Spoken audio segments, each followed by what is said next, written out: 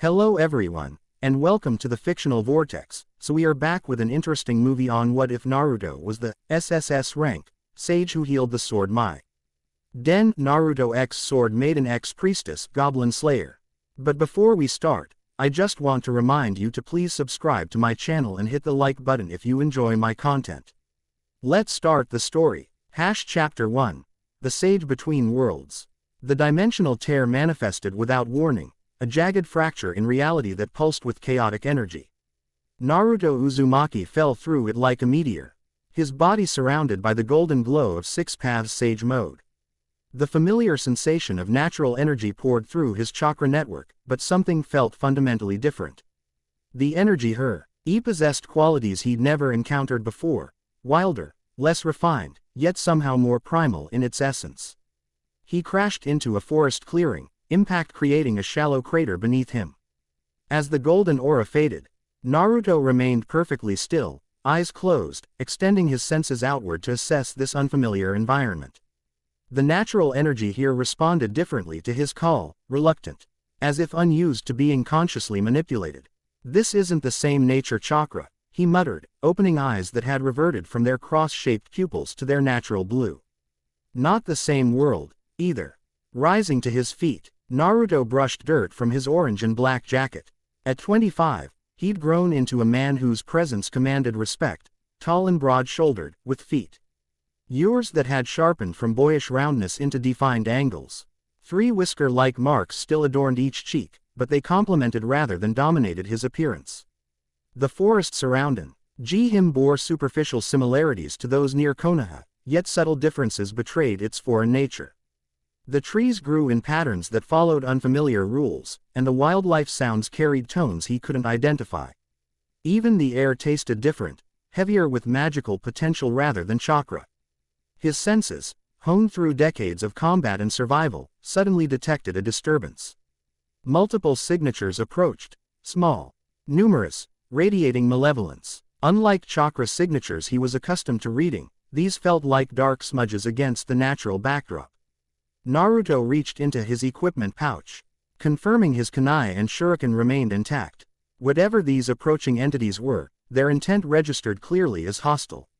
He could flee, but the malevolence seemed directed beyond him, towards something else. Screams erupted from beyond the tree line, human voices filled with terror. The decision made itself. 3 shadow clones materialized beside him without hand signs, a testament to his mastery. "Scout the perimeter," he commanded, and they vanished in blurs of orange and black. Naruto launched himself forward, covering ground with chakra enhance leaps that carried him through the canopy.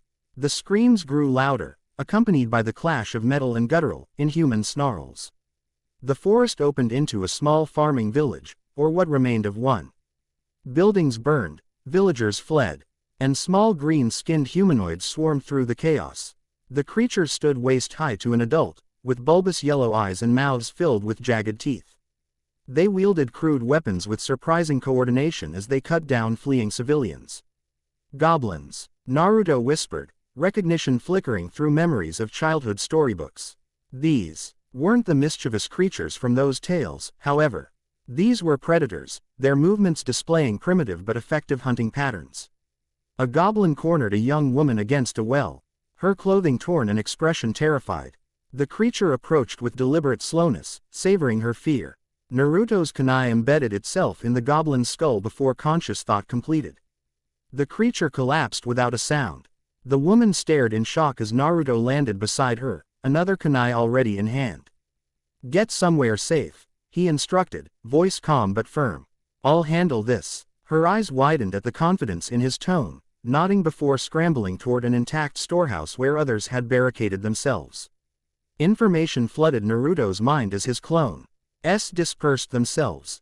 Approximately 40 goblins had surrounded the village, with more arriving from a nearby cave system. Their attack pattern suggested experience rather than random violence. "This isn't their first raid," he concluded grimly. A child's scream pierced the air. Naruto located the source instantly, a boy no older than 8, clutching a farming implement as 3 goblins advanced on him. The distance between them spanned the village square, too far to reach conventionally.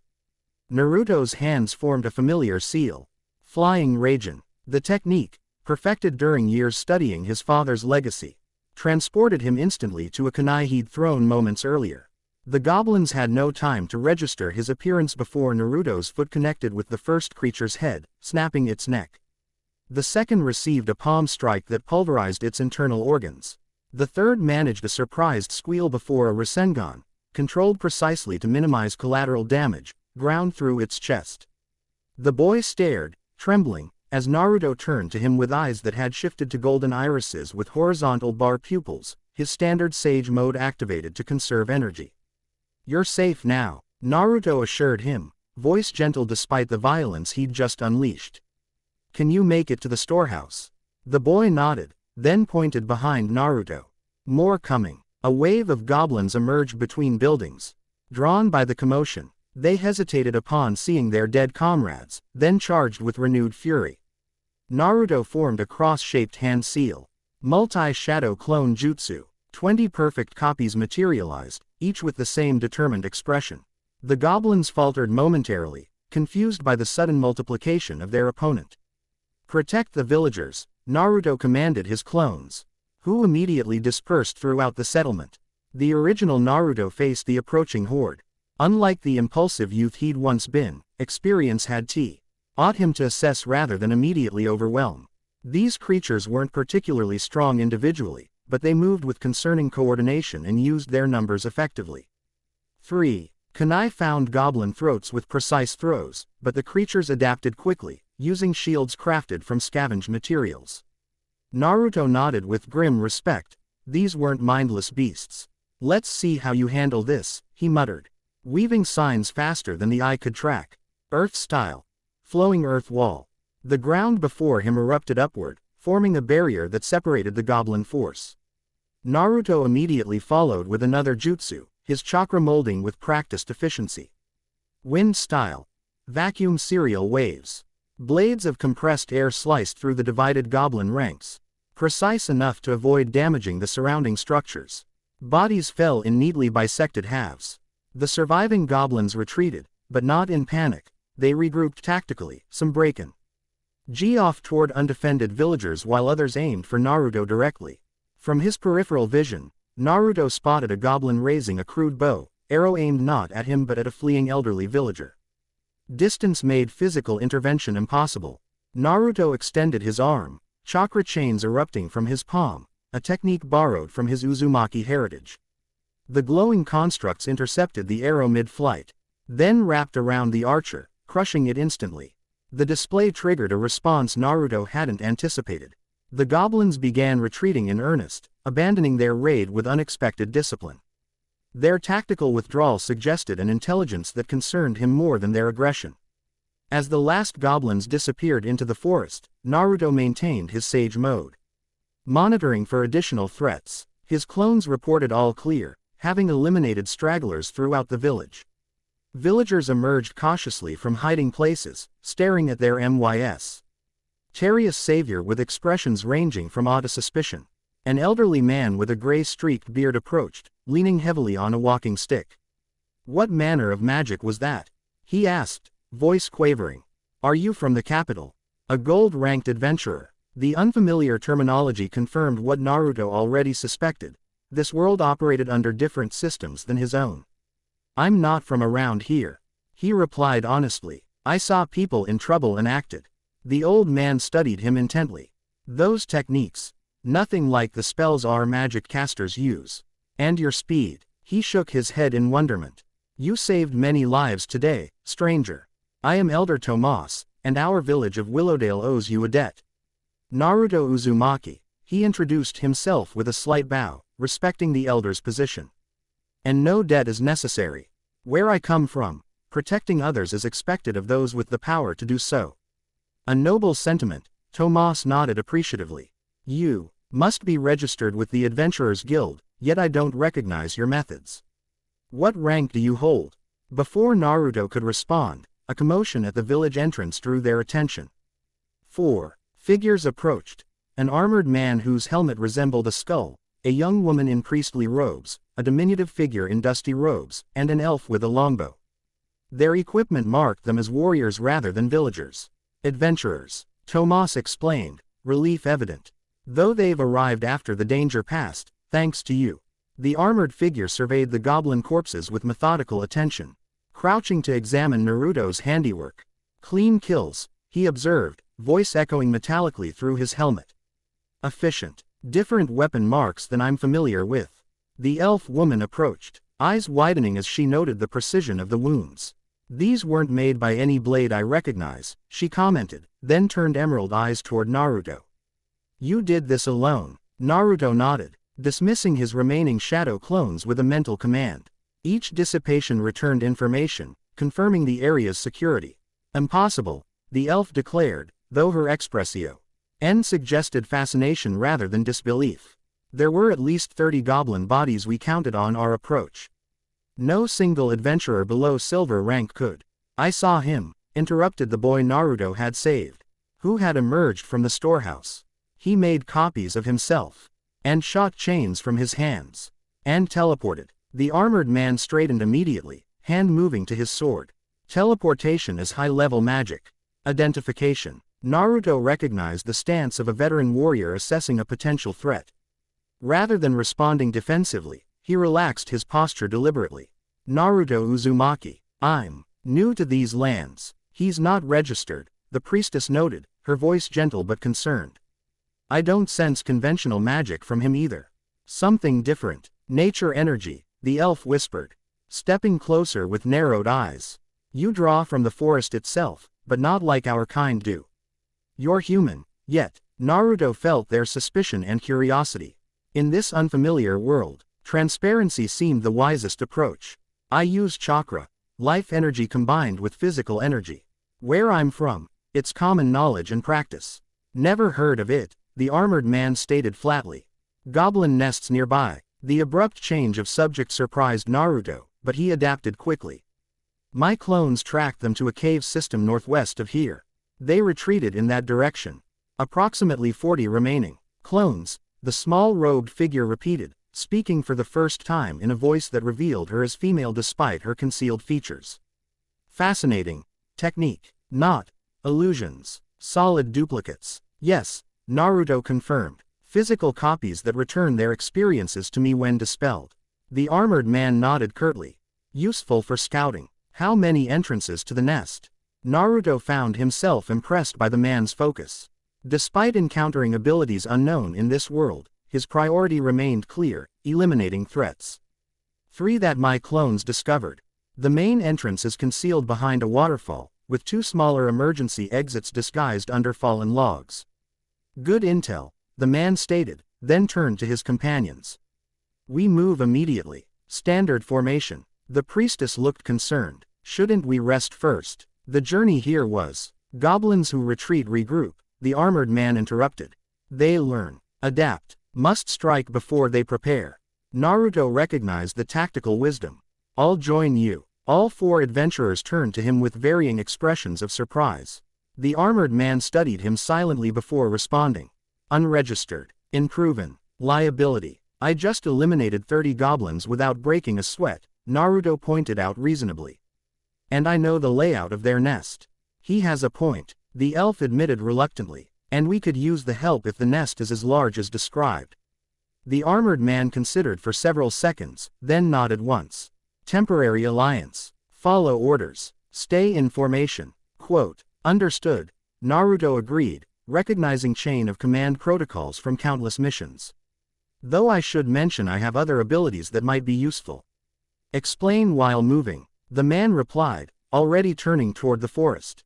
Time critical. As they departed the village, Elder Tomas called after them. Return safely. The guild outpost in Frontier Town will reward you properly. Quote, the adventuring party moved with practiced coordination through the forest, maintaining a brisk pace while remaining alert. Naruto matched their formation, positioned between the priestess and the elf. I'm High Elf Archer, the green-haired woman introduced herself curtly. That's Priestess, Dwarf Shaman, and our leader. Goblin Slayer, the armored man finished, never breaking stride or turning his head. The name struck Naruto as peculiar but fitting given the man's focused demeanor. Specialization, only goblins, Dwarf Shaman explained, his beard quivering as he navigated uneven terrain. Nothing else interests him. Efficient, Naruto commented respectfully. Becoming an expert in combating a specific threat. Goblin Slayer's helmet turned slightly toward him. You understand. Rare. I've fought specialized opponents before, Naruto explained. Knowing your enemy completely provides advantages against superior numbers. The conversation paused as they navigated a particularly dense section of underbrush. Naruto noticed High Elf Archer moving without disturbing a single leaf, her footsteps supernaturally light. By contrast, Goblin Slayer made no attempt at stealth, his armor creating a constant metallic rustle. About these abilities, Priestess ventured once they resumed normal pace. The villagers mentioned impossible feats. Naruto considered how to explain concepts fundamental to his world yet completely foreign here. I manipulate chakra, internal energy that flows through all living things. With training, it can be shaped into various techniques: physical enhancements, elemental manipulation, healing, and more specialized applications. Like what? High Elf Archer pressed, curiosity overcoming her initial skepticism. In response, Naruto formed a single hand seal. 3 shadow clones materialized beside him, each a perfect copy. The adventurers halted abruptly, weapons half drawn before they Rico. Gnized the technique from the villagers. Descriptions. Physical duplicates, dwarf shaman muttered, reaching out to prod one clone's arm. Solid, magical construct requiring significant mana reserves. Not exactly magic, Naruto corrected gently, more like life force shaped by will and experience. Goblin Slayer observed the demonstration without comment before pointing to the clones. Scout ahead. Report goblin positions, traps, sentries. The clones nodded in perfect synchronization before vanishing into the forest at speeds that left High Elf Archer blinking in surprise. They move as fast as you. They are me, Naruto explained. Same abilities, knowledge, and skills. 1/10 my current chakra reserves each. Tactical advantage, Goblin Slayer acknowledged. Continue movement. Explain other capabilities. Quote, as they resumed their approach toward the goblin nest, Naruto outlined his basic abilities: enhanced strength and speed, elemental techniques, sensory capabilities, and healing skills. He deliberately omitted his more dramatic powers like tailed beast mode, seeing no need to overwhelm them with information irrelevant to their current mission. Healing, Priestess inquired, particular interest in her voice. Similar to miracles granted by Earth Mother. I'm not familiar with your deities, Naruto replied carefully, but my healing techniques accelerate natural recovery using yang chakra. Effective for wounds, less so for diseases. Could be useful, dwarf shaman noted. Priests limited, daily miracles. Your limitations, chakra depletion, Naruto answered. Like physical stamina, it replenishes with rest. Some techniques cost more than others. Their conversation paused as Naruto received information from his first returning clone. 2 goblin sentries at the waterfall entrance, he reported immediately. Crude alarm system using string and metal scraps. 3 more guards just inside the cave mouth. The remaining force appears to be preparing defenses deeper within. Goblin Slayer nodded. Expected. Secondary entrances. 1 clone still checking the northern exit. The southern emergency exit is currently unguarded but trapped with a pitfall. High Elf Archer stared at him. How do you know this if your copies haven't returned? When a clone dispels, its experiences transfer to me, Naruto explained. The first one intentionally released itself to report. Quote, efficient communication system, Goblin Slayer commented, the closest to approval Naruto had heard from him. Plan. Eliminate sentries silently, enter through main entrance. Dwarf creates darkness, we clear first chamber. Then, he stopped as Naruto received another memory influx. Change of circumstances, Naruto interrupted. My clone discovered a hum. And prisoner being held near the southern entrance. Female, injured but alive. They appear to be preparing some kind of ritual with her. Priestess paled visibly. We must hurry. Goblins often. The women they capture. She couldn't finish the sentence, but her meaning was clear. Naruto's expression hardened, memories of his own world's conflicts surfacing. War and violence carried similar atrocities across dimensions. New plan. Goblin Slayer decided immediately. Southern entrance priority. Extract prisoner. Eliminate all goblins. No survivors. Agreed, Naruto confirmed, his tone having no doubt about his commitment to this objective. They altered course, moving with increased urgency. As they neared the southern entrance, Naruto silently created another shadow clone, which transformed with a puff of smoke into a small forest animal. The transformed clone scurried ahead, providing additional reconnaissance. There, High Elf Archer whispered, indicating a fallen tree trunk. That appeared ordinary to casual observation. Concealed entrance. Naruto nodded. 5 meters beyond the trunk, hidden trapdoor. 2 goblins guarding the prisoner inside, 8 more in connecting tunnels. The woman is restrained but conscious. Goblin Slayer drew his short sword. Formation. Priestess and Dwarf provide support from entrance. Elf. Ranged coverage of tunnel intersections. Naru. 2 and I extract prisoner and engage directly. Questions. When none came, he continued, begin on my mark. 3, 2, 1. High Elf Archer's arrow found its first target before Goblin Slayer completed his count. A precise shot through a nearly invisible gap in the forest floor. A muffled gurgle confirmed the kill. Naruto moved simultaneously, a kunai in each hand as he seemingly vanished from his position, reappearing at the concealed entrance. With practiced efficiency, he removed the camouflage and descended into the dark opening, Goblin Slayer following close behind. The tunnel opened into a crude chamber illuminated by guttering torches. The captured woman lay bound against the far wall, clothing torn and face bruised. 2 goblins turned in surprise at the intrusion, weapons raised. Naruto's kunai embedded itself in the first goblin's eye socket. Goblin Slayer's sword separated the second creature's head from its shoulders in a single fluid motion. Neither adventurer broke stride as they moved toward the prisoner. More coming, Naruto warned, sensing movement in the connecting tunnels. 8 approaching from the east passage, another group from deeper in the nest. Hold position here, Goblin Slayer instructed, placing himself between the eastern tunnel and the prisoner.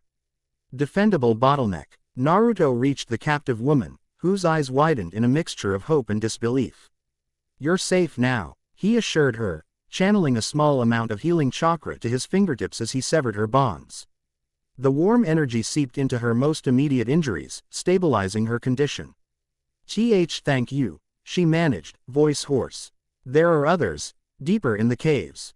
Naruto nodded grimly. We'll find them. Can you move? Before she could answer, goblins flooded the eastern passage, their yellow eyes reflecting torchlight. Unlike the disorganized attackers at the village, these moved with purpose, shields interlocked and spears extended.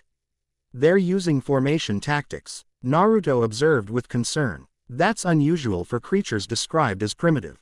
Adaptation, Goblin Slayer replied tensely.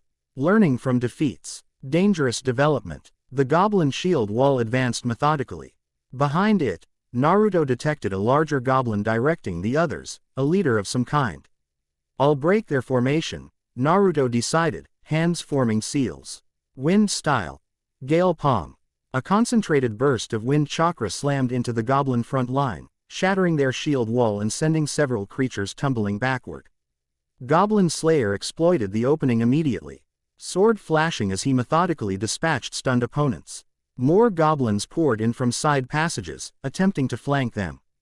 Naruto created 4 shadow clones to secure these approaches, each engaging multiple opponents with taijutsu techniques adapted to the confined space. From the entrance above, High Elf Archer's arrows found targets with unerring accuracy. While magical light suddenly flooded the chamber, Priestess using her miracle to illuminate the battlefield and disadvantage the dark-adapted goblins. The larger goblin commander bellowed orders in a guttural language, rallying its forces. It stood nearly as tall as a human, wielding a crude but effective mace and wearing scavenged armor pieces. Hobgoblin, Goblin Slayer identified grimly. Stronger, smarter, priority target. Quote, on it, Naruto confirmed, engaging directly while Goblin Slayer continued systematically eliminating the regular goblins. The hobgoblin proved surprisingly agile, its mace whistling through the air with considerable force. Naruto evaded the first swing, countering with a palm strike that would have incapacitated a normal goblin. The hobgoblin staggered but remained standing, yellow eyes narrowing with cunning. You're tougher than your smaller cousins, Naruto acknowledged, adjusting his approach. Rather than overwhelming force, he shifted to Précis. Scion, targeting joints and weak points in the creature's improvised armor. The hobgoblin responded with unexpected sophistication, feinting left before committing to an overhead smash. Naruto sidestepped, but the creature had anticipated this, its knee rising to catch him mid-movement. Naruto blocked the knee with his forearm, the impact substantial enough to register. This was no mindless beast. It fought with experience and tactical awareness. Enough testing, Naruto decided, gathering chakra to his right hand. A spiraling sphere of energy formed, his signature technique, though moderated for the confined space. Rasengan. The jutsu connected with the hobgoblin's chest, the rotating energy grinding through its scavenged breastplate. The creature flew backward, slamming into the cave wall with a sickening crack before sliding lifelessly to the floor. Silence fell abruptly as the remaining goblins, witnessing their leader's defeat, broke ranks and fled deeper into the tunnels. Pursuing. Goblin Slayer announced immediately, already moving toward the main passage. Wait, Naruto called, helping the rescued woman to her feet. She mentioned other prisoners. We need to prioritize their extraction. Goblin Slayer hesitated, helmet turning from the retreating goblins to the injured woman. After a moment's calculation, he nodded. Correct assessment. Prisoners first, extermination second. Priestess and dwarf shaman descended into the chamber, moving immediately to assist the rescued captive. Priestess gasped upon seeing the woman's condition. Her wounds, she whispered. Hands already glowing with healing light. I stabilized the most critical injuries, Naruto explained. But she'll need proper medical attention. High Elf Archer joined them, bow still ready. Those goblins fought differently, she noted with concern. More like soldiers than beasts. Evolving tactics, Goblin Slayer confirmed. Troubling development. Must report to guild after mission completion. The rescued woman grasped Naruto's sleeve weakly. 3 more women, she managed. Taken 2 days ago from our caravan. Central chamber, where their shaman lives. Naruto nodded reassuringly. We'll find them. Rest now. Turning to the adventuring party, he outlined his proposal. My clones can map the remaining tunnel system while we formulate a rescue plan. Time is critical. If T. Have realized we're here for the prisoners, they might. He left the grim possibility unstated. Agreed. Goblin Slayer responded. Deploy reconnaissance. We prepare immediate assault on central chamber. Naruto formed the necessary hand sign, creating 10 shadow clones that immediately dispersed into the tunnel network. Meanwhile, Priestess and dwarf shaman worked together to treat the rescued woman's injuries. Remarkable healing magic you used, Priestess commented softly to Naruto. Different from my miracles, yet effective. Different sources, similar intent, Naruto replied with a small smile. In my experience, the desire to heal transcends specific methods. High Elf Archer, who had been examining the fallen hobgoblin, rejoined them with a troubled expression. This one carried this. She held up a crude amulet fashioned from bone and strange symbols. I've never seen goblin shamans use such markings before. Dwarf shaman extended a hand, examining the object with scholarly interest. Unusual. Configuration. Not goblin symbology, something older. Before they could discuss it further, Naruto received information from his returning clones. His expression darkened immediately. The central chamber is 30 meters deeper, accessible through 2 main passages, he reported. They've moved the remaining prisoners to an altar-like structure. A goblin shaman is preparing some kind of ritual. 23 goblins remain, including 3 hobgoblins and the shaman. Time-sensitive situation, Goblin Slayer concluded. Direct assault necessary. Formation. I lead through eastern tunnel. Naruto through western. Pincer movement to divide defenders. Elf provides covering fire from tunnel entrance. Priestess and dwarf support with spells as secondary wave. The plan was sound, but Naruto detected the increasingly critical time frame. The ritual appears nearly ready. We may need to accelerate our approach. Goblin Slayer considered for only a moment. Suggestions. I can transport directly into the chamber using flying Raijin if I have a marker placed, Naruto explained.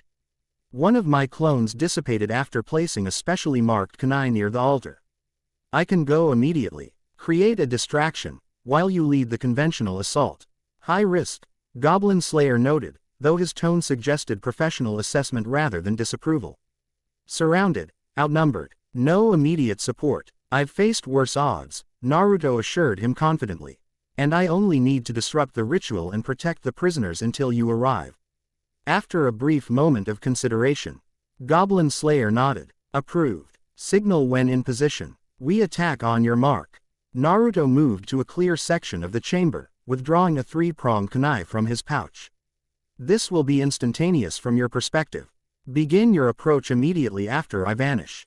The adventurers nodded, readying their weapons and positioning themselves for the assault. Goblin Slayer raised his shield, sword held in a guard position that spoke of countless battles. Ready, he confirmed simply. Naruto closed his eyes briefly, focusing on the marker his clone had placed. The flying Raijin technique, perfected through years of studying his father's legacy, required precise chakra control and spatial awareness. He sensed the distant kunai's position. It's you. Unique formula calling to him across the intervening space. With a flash of yellow light, Naruto vanished. The central goblin chamber materialized around him instantly. A natural cavern expanded through crude excavation, illuminated by dozens of smoky torches. At its center stood a rough stone altar where three women lay bound, their eyes wide with terror. A goblin shaman hunched over them, its wi. Therid green hands tracing symbols in the air while it chanted in a guttural language. 23 pairs of yellow eyes turned toward Naruto's sudden appearance, momentary shock paralyzing the goblin forces. He exploited their surprise immediately. Wind style. Vacuum wave. A horizontal blade of compressed air swept through the nearest cluster of goblins, their bodies falling in neatly bisected halves. The shaman screeched, raising a gnarled staff adorned with strange fetishes.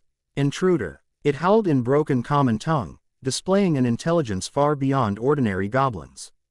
Kill. Sacrifice must complete. The remaining goblins recovered from their shock, weapons raised as they charged toward Naruto from multiple directions. The three hobgoblins coordinated their approach, MPTing to flank him while smaller goblins provided distraction. Naruto formed his signature cross-shaped seal.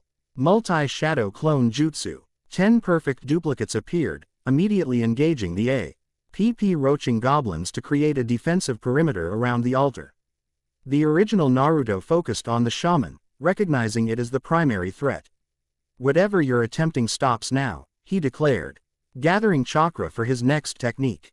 The shaman's response was unexpected. It slammed its staff against the stone floor, creating a shockwave of dark energy that disrupted Naruto's shadow clones. Power beyond your understanding, it hissed, eyes gleaming with malevolent intelligence. The door opens. The master returns. Something about its words triggered Naruto's instincts. This was more than a simple goblin raid, the ritual, the strange amulet, the coordinated tactics. These elements suggested an organized purpose behind what had initially appeared as random violence. Before he could pursue this realization, the hobgoblins reached his position, attacking in coordinated sequence. Naruto shifted to taijutsu, his movements fluid and precise as he countered their assault. These Eachers fought with surprising discipline, covering each other's vulnerabilities and attacking during openings. From the eastern tunnel came sounds of combat. Goblin Slayers group engaging the rear goblin forces as planned. The distraction provided Naruto the moment he needed. Rasengan. The spiraling sphere of chakra obliterated the first hobgoblin, sending fragments of bone and armor across the chamber. The second creature hesitated, allowing Naruto to drive a chakra-enhanced kick into its knee, shattering the joint. As it collapsed, his kunai found its throat. The third hobgoblin, more cautious after witnessing its companion's defeat, circled warily. It carried a crude but effective sword and shield, maintaining a defensive posture. Meanwhile, the shaman had returned to the altar, its chanting reaching a fever pitch as it drew a ceremonial dagger. The symbols it had drawn in the air coalesced into tangible darkness above the bound women. Naruto created 3 more shadow clones to engage the remaining hobgoblin while he focused on the immediate threat. Crossing the distance in a chakra-enhanced leap, he seized the shaman's wrist before the dagger could descend. I said stop, Naruto repeated, applying pressure until bones cracked beneath his grip. The shaman shrieked, but its expression held fanaticism rather than fear. Too late, it cackled. The offering begun. The door opens. The darkness above the altar pulsed, expanding despite the interrupted ritual. Within its depths, Naruto sensed something disturbingly familiar, a resonance similar to the dimensional tear that had brought him to this world. Instinctively, he channeled chakra to his free hand, forming a Rasengan. Whatever door you're opening needs to stay closed, he stated firmly, driving the spiraling sphere into the heart of the expanding darkness. Chakra met dimensional energy in a catastrophic reaction. Light erupted throughout the chamber, temporarily blinding its occupants. When visibility returned, the darkness had vanished, along with the shaman, disintegrated by proximity to the energy collision. Naruto immediately turned his attention to the bound captives, creating shadow clans to free them while maintaining awareness of the ongoing battle. Goblin Slayer's group had reached the chamber entrance, systematically eliminating remaining goblins with ruthless efficiency. High Elf Archer's arrows found targets with unerring accuracy, while Priestess's holy light disoriented the dark-adapted creatures. Dwarf Shaman's magic manipulated the very earth beneath the goblins' feet, trapping several in spontaneously formed quicksand. The last hobgoblin, recognizing inevitable defeat, attempted to flee through a secondary passage. Goblin Slayer intercepted it with mechanical precision, his sword separating its head from its shoulders in a single stroke. As the final goblin fell, an unnatural silence descended upon the chamber. Naruto's clones completed freeing the captives, who wept with relief and terror. Area secure, Goblin Slayer announced, methodically cleaning his blade.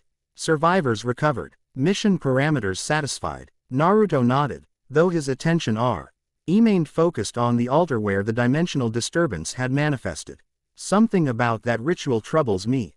It wasn't typical goblin behavior from what I understand. High Elf Archer approached, examining the strange symbols carved into the altar's surface. These are ancient runes, she confirmed, tracing them with evident concern. Far beyond goblin knowledge or capabilities.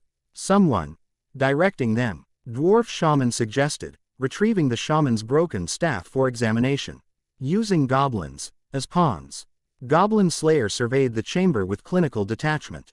Unusual sophistication. Strategic planning. External influence probable. Priestess had moved to attend the rescued women, her healing miracles providing comfort and stabilization. They'll live, she reported softly, though the trauma. She left the sentence unfinished. Naruto knelt beside the youngest captive, a girl barely in her 20s. You're safe now, he assured her gently. Can you telephone us anything about what they were doing? Did the shaman say anything you could understand? The girl shuddered, but forced herself to speak. He kept chanting about the door, and the master returning. Said we were keys to unlock something. The information aligned with what Naruto had heard from the shaman directly. He exchanged concerned glances with Goblin Slayer, whose posture had tensed at the girl's words. Significant threat implication, Goblin Slayer stated. Guild must be informed immediately. Dimensional disturbances outside normal goblin capacity. Agreed, Naruto responded, helping the young woman to her feet. Though I suspect my presence here may be connected somehow. The energy signature felt similar to what brought me to this world. High Elf Archer looked at him sharply. You think someone deliberately brought you here? Or something, Naruto amended thoughtfully. The timing seems too convenient otherwise. Further discussion halted as Goblin Slayer organized their departure. Primary objective complete. Secondary objective, elimination of all goblins, requires verification. Sweep remaining tunnels before extraction. The adventuring party proceeded methodically through the goblin nest, confirming no survivors remained. Throughout the process, Naruto sensed eyes upon him, though no physical presence registered to his senses. The sensation reminded him uncomfortably of being watched through a scrying technique or remote viewing jutsu. When they finally emerged from the cave system with the rescued captives, afternoon sunlight greeted them. The forest seemed unusually quiet, wildlife still disturbed by the recent violence. Frontier town 1 day's travel, Goblin Slayer informed them, already planning their next movement. Survivors require medical attention. Guild requires mission report, and I need to register, apparently, Naruto added, recalling Elder Tomas's earlier comments about the Adventurers Guild. If I'm to continue operating in this world, understanding its systems seems prudent. High Elf Archer studied him with lingering curiosity. What will you do after registration? Return to wherever you came from. The question gave Naruto pause. His arrival in this world had been unexpected and unplanned. Whether return was possible, or even desirable, remained uncertain. First, I need to understand why I'm here, he replied honestly.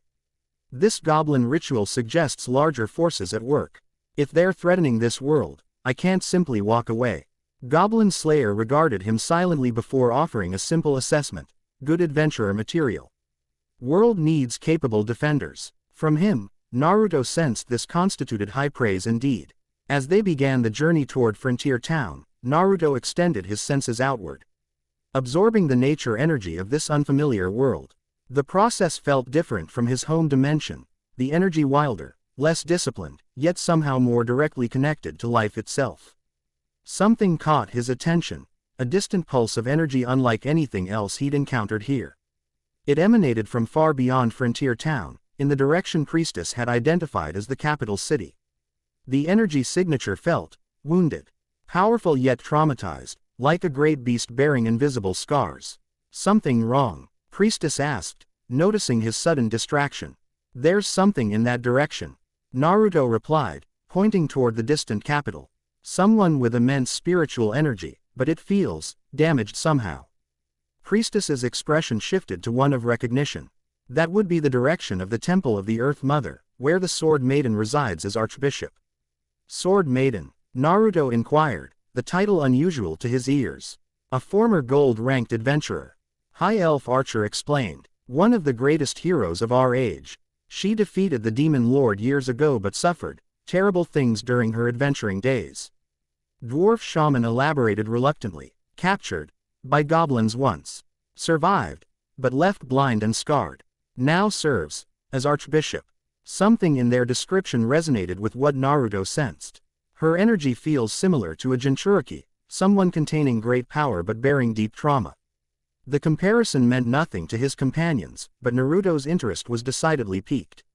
Someone with that level of spiritual power, carrying wounds that radiated across miles of distance. Such a person might understand more about dimensional boundaries and the forces manipulating them. I think after we complete this mission, Naruto decided, I should seek an audience with this Sword Maiden. If something is attempting to open doors between dimensions, someone of her experience and position might have valuable insights. Goblin Slayer considered this before nodding once. Logical approach. Will provide guild recommendation if needed. As they continued their journey, Naruto contemplated the strange circumstances that had brought him to this world. Whether accident or design, his arrival seemed connected to events beyond simple coincidence. The Goblin Shaman's ritual, the dimensional energies, the distant presence of a wounded powerful soul, all suggested a pattern his shinobi training couldn't ignore. Whatever forces were at work, Naruto determined to understand them. And if threats were emerging that endangered innocent lives, whether from goblins or something far worse, he would face them as he always had, with unwavering determination and the strength born from his own hard-won experiences. The path ahead remained unclear, but one thing was certain. Naruto Uzumaki, the child of prophecy from another world, had found himself exactly where he was needed most. Little did he know that the distant figure he sensed, the wounded soul known as Sword Maiden, had momentarily stirred from troubled dreams, her sightless eyes opening as she whispered to empty air, something has changed. A light approaches from beyond the veil of stars. The wheels of fate had begun to turn. Chapter 1 End Chapter 2, Scars Beyond Sight. Water glistened on white marble steps. The capital's central cathedral rose like a mountain of stone and faith, its spires piercing morning mist while pilgrims gathered below.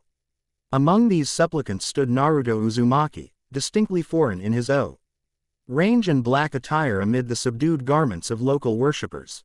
3 days had passed since the events at Willowdale, each hour spent learning the fundamentals of this unfamiliar world. Silver ranked. The small metal tag hanging from his newly acquired adventurer's pouch reflected morning light. The guild's examination had been brief but thorough, a demonstration of basic abilities followed by standard registration protocols. When his shadow clone technique manifested 20 perfect duplicates simultaneously, the examiner's quill had snapped between suddenly tense fingers. Unprecedented, the guild official had whispered. adjusting spectacles with trembling hands. Even advanced magic users create mere illusions, not autonomous physical duplicates. Goblin Slayer's written recommendation had secured the exceptional ranking for an unproven newcomer. Such deviation from protocol spoke volumes about the armored warrior's assessment of Naruto's capabilities. Now, as cathedral bells tolled the morning hour, Naruto approached the temple guards with measured confidence. His heightened senses detected their subtle tension, hands shifting imperceptibly toward weapons, eyes evaluating his unfamiliar appearance with professional suspicion. "State your business, adventurer," the senior guard commanded, noting the silver tag but remaining unmoved. "I seek an audience with the Archbishop," Naruto replied simply, presenting the sealed parchment Priestess had provided. "I believe she may have insights regarding dimensional disturbances recently detected during guild operations." The formal phrasing felt awkward on his tongue, but Naruto had learned quickly that this world operated through rigid hierarchies and protocols. The wilderness might accommodate directness, but civilization demanded formality, particularly when approaching someone of the Sword Maiden's status. The guard examined the seal, recognition flickering across his weathered features. "Earth Mother Temple endorsement," he noted with grudging respect. "Wait here." As the guard disappeared into the cathedral's shadowed interior, Naruto extended his senses outward, filtering through the ambient spiritual energy. The technique differed from his usual chakra sensing. This world's energy possessed qualities both familiar and foreign, requiring constant adaptation. The same wounded presence he'd detected from miles away now pulsed distinctly behind these marble walls. Its nature puzzled him still. Unlike a Jinchuriki's chaotic mixture of human and Biju energies, this presence felt wholly human yet fundamentally altered. As if something had carved absence into what should have been whole. "Adventurer Uzumaki." The guard had returned, accompanied by a severe-looking woman in elaborate clerical vestments. Her silver hair pulled into a tight bun accentuated angular features unmarred by her apparent 50 years. "Senior Priestess Lamorna," she introduced herself without warmth. "The Archbishop's schedule accommodates many demands. State specifically why this audience should be granted precedence." Naruto met her gaze directly. "I arrived in this world through a dimensional tear 3 days ago. Yesterday, a goblin shaman attempted a ritual using human sacrifices to open what it called the door for its master's return. The energies involved matched what brought me here. I have these events may concern the Archbishop given her position and past experiences." Priestess Lamorna's composure faltered momentarily, her fingers clutching the ornate pendant at her throat. "Say are serious claims requiring verification. Follow me." The cathedral's interior unfolded in calculated grandeur, soaring ceilings supported by columns resembling ancient trees, stained glass filtering sunlight into colored patterns across marble floors. Worshippers knelt in quiet contemplation while white-robed acolytes moved with practiced efficiency between chambers. The smell of incense, sand, alwood and something uniquely local permeated the atmosphere, creating an otherworldly sensation. They progressed through increasingly restricted sections, each doorway guarded and each passage more elaborately decorated. Naruto noted the subtle security measures, trigger plates disguised as decorative tiles, observation points concealed behind ornamental screens, and the ever-present guards whose relaxed postures belied combat readiness. After ascending a spiraling staircase, they reached an antechamber where several clerics examined ancient scrolls. Conversations ceased as Naruto entered, evaluating gazes measuring this unusual visitor. "Wait here," Priestess Lamorna instructed curtly. "I will inform Her Grace of your request." Alone among the silent clerics, Naruto maintained a relaxed posture while absorbing details. The scrolls contained diagrams of celestial bodies and mathematical calculations beyond conventional astronomy. One particular document caught his attention, a map depicting not geographical features but energy flows across continents. Familiar energy patterns, like chakra networks writ large across landscapes. "The Earth Mother's veins," came a soft voice beside him. A younger acolyte had approached, her expression more curious than suspicious. "Ancient pathways of divine power flowing beneath the world's surface. Similar to natural energy circuits in my world," Naruto observed thoughtfully. "Though these seem structured, as if deliberately designed rather than naturally formed." The acolyte's eyes widened. You perceive the patterns without training. Fascinating. Most require years of meditation too. Enough. Initiate Melia. Priestess Lamorna had returned, her stern gaze silencing the enthusiastic young woman. The Archbishop will see you now, Adventurer Uzumaki. Brief audience only. Follow the established protocols. Naruto nodded respectfully. Thank you for arranging this meeting. It was not my arrangement, Lamorna replied cryptically. Her Grace specifically requested your admittance upon hearing your name. This irregularity concerns me. Before Naruto could respond, ornate double doors swung inward, revealing a amber bathed in gentle light from high windows. Unlike the ostentatious decorations throughout the cathedral, this room manifested elegance through simplicity, polished wooden floors, sparse furnishings of exceptional quality, and walls adorned with astronomical charts rather than religious iconography. At the chamber's center stood a woman whose presence seemed simultaneously fragile and immovable. Tall and slender, she wore ceremonial robes of white and gold that flowed like liquid light around her form. A golden headdress partially concealed platinum blonde hair, while a matching visor covered her eyes. Even without seeing her face fully, Naruto recognized profound beauty shaped by equally profound suffering. Her posture conveyed dignity maintained through tremendous willpower, like a flower that had bloomed despite growing between stones. Your Grace, Priestess Lamorna announced formally, Adventurer Naruto Uzumaki, silver ranked, requesting audience regarding dimensional disturbances. The Sword Maiden turned toward them, her movements precise despite her blindness. Thank you, Lamorna. Please leave us. The senior priestess stiffened visibly. Your Grace, protocol dictates attendants remain present during. I am quite aware of protocols, Lamorna, the Sword Maiden interrupted, her melodic voice gentle yet brooking no argument. This discussion requires privacy. Please ensure we remain undisturbed. Reluctantly, Lamorna bowed and retreated, casting a final suspicious glance at Naruto before the doors closed behind her. Silence expanded between them, not uncomfortable but expectant.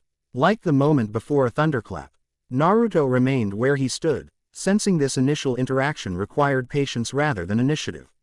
You arrived through a tear between worlds, the Sword Maiden finally stated, moving with unexpected grace toward a simple wooden chair. 3 nights ago, during the new moon's darkest hour, I felt the disturbance. Her perceptiveness surprised him. Yes, though I don't understand the mechanics of how it happened or why I specifically was brought here.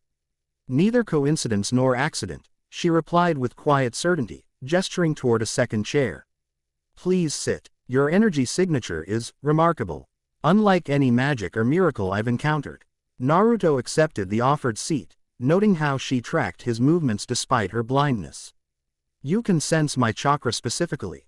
That's unusual even among the most sensitive sensors in my world. A small smile graced her lips. Not precisely chakra as you understand it. I perceive echoes, ripples in what we call the Earth Mother's essence. Her head tilted slightly. You carry something ancient within you. Something that recognizes me as I recognize it. He observation struck uncomfortably close to his Biju connection. You're extremely perceptive, Your Grace. Please, such formality becomes tiresome quickly, she requested, removing her headdress to reveal more of her face. Even partially concealed by the visor, her features displayed classical beauty marred by thin scars tracing from beneath the golden band. I am called Sword Maiden in official capacity, but you may address me as such without honorifics. Naruto nodded. Then I'm just Naruto. I've never been comfortable with titles. This earned another small smile before her expression sobered. You mentioned goblin rituals and dimensional disturbances. Explain what you witnessed. Naruto recounted the events at Willowdale in precise detail, the coordinated goblin attacks, the shaman's ritual, the strange symbols. And the momentary tear in reality his Rasengan had collapsed.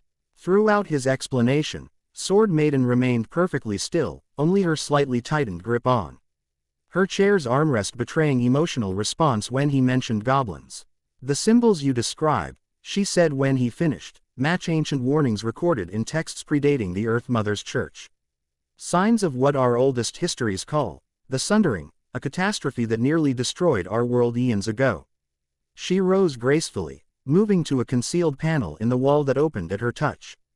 From within, she withdrew a leather-bound volume that appeared centuries old, its pages yellowed and edges crumbling despite obvious careful preservation. This text speaks of entities that existed between dimensions. She explained, fingers tracing embossed symbols on the cover. Beings of such power that reality itself bent around them.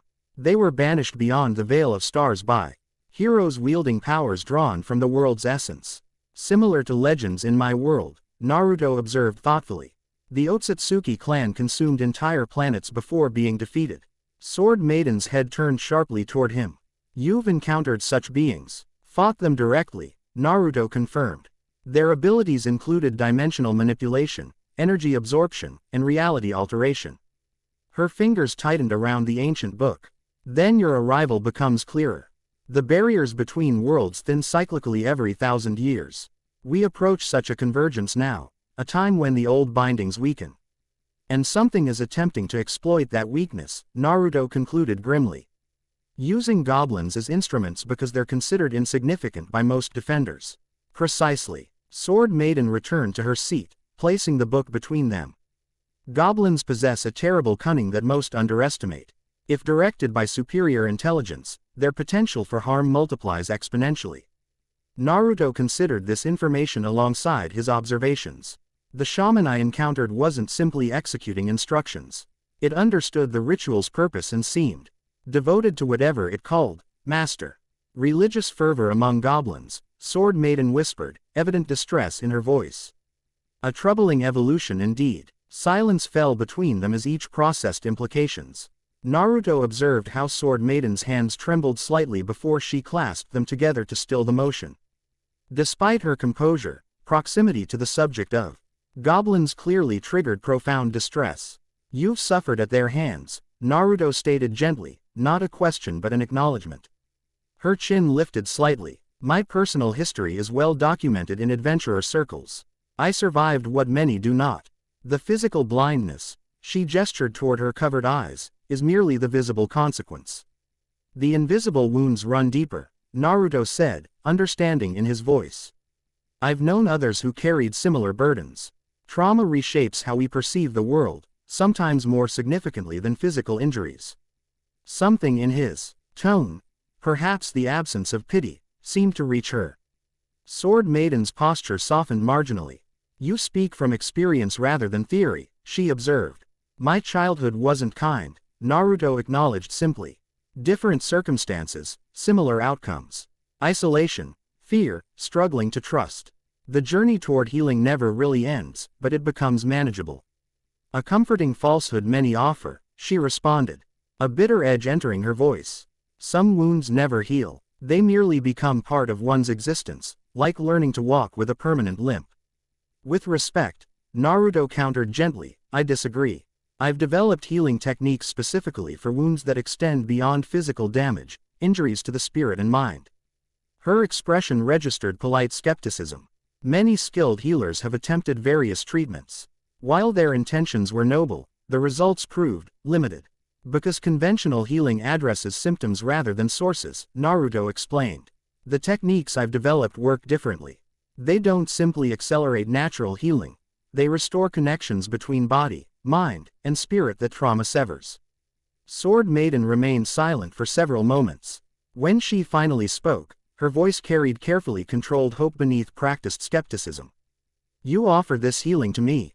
Why? 3 reasons, Naruto replied honestly.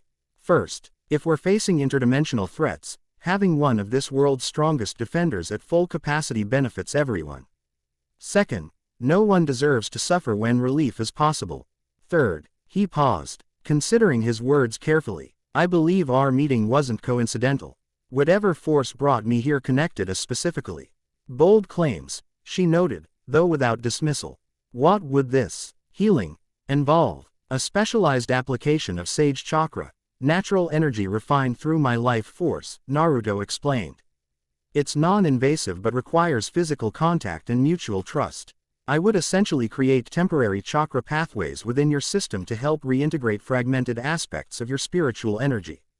He leaned forward slightly. I should be clear, this isn't instantaneous or magical in the sense of simply erasing trauma. It facilitates your own healing process, removing blockages that prevent natural recovery. The work ultimately remains yours. Sword Maiden considered this, her expression thoughtful behind her visor. Your proposal presents significant security concerns from my advisor's perspective. The Archbishop P. Placing herself in a vulnerable position with an unknown foreign entity. They would never permit it. Understandable, Naruto acknowledged. Though I suspect you make your own decisions regardless of permissions. This drew an unexpected small laugh from her, a sound suggesting rare emergence. Perceptive indeed, she tilted her head slightly. What assurance can you offer that this process won't leave me further compromised? Beyond my word, Naruto considered. You could assign trusted guards, establish specific boundaries, or even request a demonstration on someone with less severe trauma first. Your willingness to accept conditions suggests sincerity, she observed. Yet something tells me conventional precautions would prove ineffective against your abilities if you harbored ill intent. Naruto didn't deny this assessment. True security comes from accurate character judgment, not physical barriers. You must decide if I'm trustworthy based on your own perceptions. Sword Maiden remained silent for nearly a minute, her expression unreadable behind her visor. Finally, she reached up and removed the golden band, revealing closed eyelids crossed with fine scar tissue. My eyes were taken by goblins, she stated with quiet dignity, opening them to display clouded, unseeing irises. Not merely blinded, removed and replaced. These are magical constructs that allow me to perceive light and shadow but nothing more. The physical scars healed years ago. The others remain fresh despite the passage of time. The vulnerability of this revelation wasn't lost on Naruto. By removing her visor, something she likely did rarely outside of private quarters, she demonstrated provisional trust. Thank you for showing me, Naruto said simply, without pity or excessive sympathy. Would you permit me to assess your current energetic state? It requires brief contact. Just my hand near yours, not touching unless you consent. After a moment's hesitation, she extended her hand palm upward. Naruto moved his own to hover inches above hers, focusing chakra to his fingertips. Golden energy illuminated the space between their hands, casting warm light across her features. Extraordinary, she whispered, clearly sensing the energy even without seeing it. It feels alive. Natural energy filtered through my life force, Naruto explained, maintaining the gentle flow. I'm reading a diagnostic field to understand how your spiritual energy currently flows. What he discovered troubled him deeply. Her spiritual network resembled shattered glass partially reassembled, functional but fundamentally compromised. Blockages and diversions had formed where trauma had severed natural connections, creating isolated pockets of energy unable to integrate with the whole. Most concerning was a distinct foreign energy signature embedded within her system, a malevolent remnant unlike anything he'd encountered before. Not possession, but something equally intrusive, as if part of her spiritual essence had been replaced with something alien. I understand better now, Naruto said softly, allowing the golden energy to dissipate. Your trauma isn't just psychological. Something was deliberately introduced into your spiritual network, a foreign energy that prevents natural healing. Sword Maiden's expression tightened. Are you suggesting my injuries were purposeful? Beyond the obvious cruelty, I can't determine intent, Naruto clarified, but the pattern isn't natural. The goblin shaman you encountered possessed knowledge beyond primitive savagery.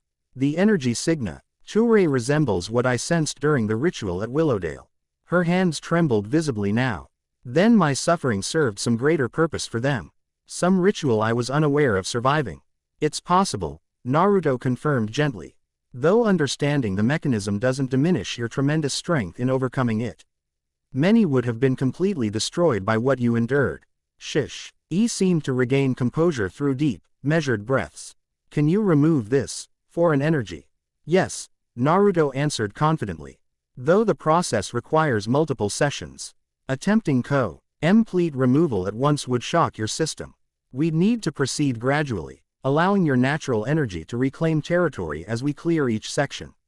When can we begin? She asked, newfound determination evident in her voice. Whenever you're ready, Naruto replied.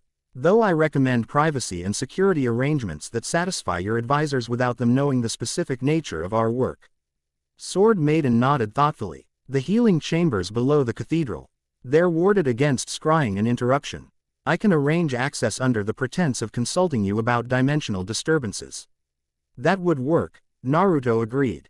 Though there's something you should consider before we begin. This healing will likely uncover memories you've suppressed as protection. The process can be emotionally intense. I've endured worse than painful memories, she stated with quiet dignity. I don't doubt your strength, Naruto clarified. I'm simply suggesting we proceed with awareness of potential reactions. Having support systems available afterward would be wise. She replaced her visor with practiced movements. Your concern is noted. I'll make appropriate arrangements. Rising from her chair, she added, return tomorrow at midday. I'll ensure the necessary preparations are complete. Recognizing the audience had concluded, Naruto stood. Thank you for your trust, Sword Maiden. I believe this collaboration will benefit us both, and potentially this entire world if dimensional threats are indeed manifesting. As he turned to leave, her voice stopped him. Naruto, one question remains unanswered. If you successfully heal these wounds I've carried for years, what do you gain? The question contained no accusation, merely genuine curiosity. Naruto considered it seriously before responding. In my world, I was called the Child of Prophecy, he explained, unusual solemnity in his tone. Not a title I sought, but one that found me nonetheless. I've learned that such designations usually indicate being in the right place at the critical moment, when a single action determines countless futures. He met her sightless gaze directly. I believe, helping you heal is part of why I'm here. Whether by cosmic design or fortunate accident doesn't matter. What matters is responding appropriately to the opportunity presented. A small smile curved her lips. A diplomatic answer worthy of an archbishop. Yet I sense genuine conviction beneath the words. Because they're true, Naruto replied simply. Sometimes the right action is its own reward. With a respectful nod, he departed, leaving Sword Maiden standing thoughtfully in the center of her chamber, fingers tracing the ancient book's cover as if seeking answers from its weathered surface. Absolutely not. Priestess Lamorna's voice echoed through Sword Maiden's private study. Afternoon sunlight slanted through arched windows, illuminating dust motes disturbed by her agitated pacing. This adventurer appears from nowhere, claims extraordinary powers, and you immediately grant private healing sessions. The security implications alone are being addressed, Sword Maiden interrupted calmly. Seated behind her desk with hands folded, Captain Feldrin will oversee security personally. The healing chamber's existing wards provide additional protection. Protection against conventional threats, Lamorna countered sharply. This man's abilities appear decidedly unconventional. The guild reports indicate powers unlike any documented magic system. Precisely why his assistance proves valuable. Sword Maiden noted, conventional methods have reached their limitations. Something new offers possibilities worth exploring. Lamorna stopped pacing, her expression softening with genuine concern. Your Grace. Alicia, we've served together 15 years. Your well-being remains my foremost priority. This stranger, Naruto, presents unknown variables. His motives remain unclear despite charismatic presentation. Sword Maiden smiled gently at the rare use of her birth name. Your concern touches me, old friend. Yet consider, I've survived the worst horrors our world offers. What could this man possibly do that hasn't already been attempted? That precisely concerns me, Lamorna replied gravely. He might succeed where others failed. The statement hung between them, its implications clear. Sword Maiden's trauma, however terrible, had become integral to her identity and position. Healing might bring changes extending beyond personal recovery into institutional consequences. Change frightens most institutional structures, Sword Maiden observed quietly. Including our beloved church. Perhaps that's precisely why it's necessary. Lamorna sighed, recognizing the familiar determination that had carried her friend from traumatized adventurer to respected archbishop. At minimum, allow me to attend these sessions. My presence provides both witness and immediate assistance if needed. Quote, your protective instincts honor me, Sword Maiden replied gently but firmly, but these sessions require privacy. The healing addresses deeply personal matters unsuitable for observers. Before Lamorna could protest further, a knock interrupted their conversation. At Sword Maiden's acknowledgement, a young acolyte entered, bowing nervously. Your Grace, Senior Priestess. She greeted them formally. Supreme Holy Knight Commander Aiden requests immediate audience regarding security concerns. Sword Maiden's expression remained serene despite the timing's obvious implication. Please inform the commander I'll receive him shortly. After the acolyte departed, Lamorna raised a meaningful eyebrow. Convenient timing. The commander rarely leaves his post without significant cause. Political machinery operates predictably, Sword Maiden noted with resignation. You informed him of our foreign visitor. I fulfilled my duty to report potential security concerns. Lamorna acknowledged without apology. The commander deserves awareness of unusual activities within the cathedral. Indeed, Sword Maiden agreed, surprising her advisor. In fact, his involvement proves beneficial. Please remain for this meeting. Your perspective provides valuable context. Commander Aiden arrived with military punctuality, his white and gold ceremonial armor gleaming immaculately. At 53, his bearing remained impeccable, back straight, movements precise, silver-streaked dark hair cropped to regulation length. He bowed formally before addressing the Archbishop. Your Grace, disturbing reports reach my office regarding unregistered foreign entities granted unusual access to your presence. Adventurer Naruto Uzumaki holds proper guild registration, Sword Maiden corrected mildly. Silver rank, awarded through established evaluation protocols. Silver rank without documented history, Aiden noted with professional disapproval. An unprecedented irregularity suggesting improper influence. Sword Maiden's smile contained gentle amusement. Are you implying corruption within guild administration, Commander? A serious accusation requiring evidence. Aiden stiffened slightly. I imply nothing, Your Grace. I merely observe irregularities warranting investigation. This individual's unexplained abilities, foreign origin, and immediate access to the Archbishop present clear security concerns. Valid observations, Sword Maiden conceded reasonably. Which is why I've arranged for your personal oversight of security during his upcoming visits. Captain Feldrin will report directly to you regarding all protocols and observations. The tactical redirection momentarily silenced both Lamorna and Aiden. By acknowledging their concerns while incorporating them into her existing plans, Sword Maiden effectively neutralized their objections without confrontation. A prudent accommodation, Aiden finally responded, professional mask. Concealing his reaction to this unexpected maneuver. Though the purpose of these visits remains unclear. Consultation regarding interdimensional threats, Sword Maiden explained smoothly. Adventu. RER Uzumaki possesses specialized knowledge concerning recent disturbances reported by frontier outposts. The guild formally requested our theological perspective on these phenomena. Not technically untrue, though significantly simplified. Sword Maiden maintained her serene expression while Aiden processed this explanation, finding no immediate grounds for objection. I shall establish appropriate security measures immediately. He finally declared. With your permission, I would review this Adventurers Guild documentation beforehand. Of course, Sword Maiden agreed graciously. Priestess, SS Lamorna will provide all available information. Thank you for your diligence, Commander. The dismissal was polite but clear. After Aiden departed, Lamorna remained, studying her superior with newfound appreciation. Masterfully handled, she acknowledged reluctantly. Though I maintain reservations about the fundamental arrangement. Noted and respected, Sword Maiden replied warmly.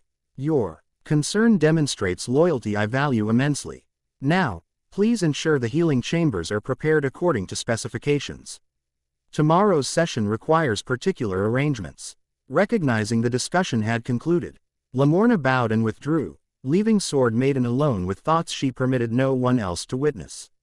She moved to the window, sightless eyes turned toward the afternoon.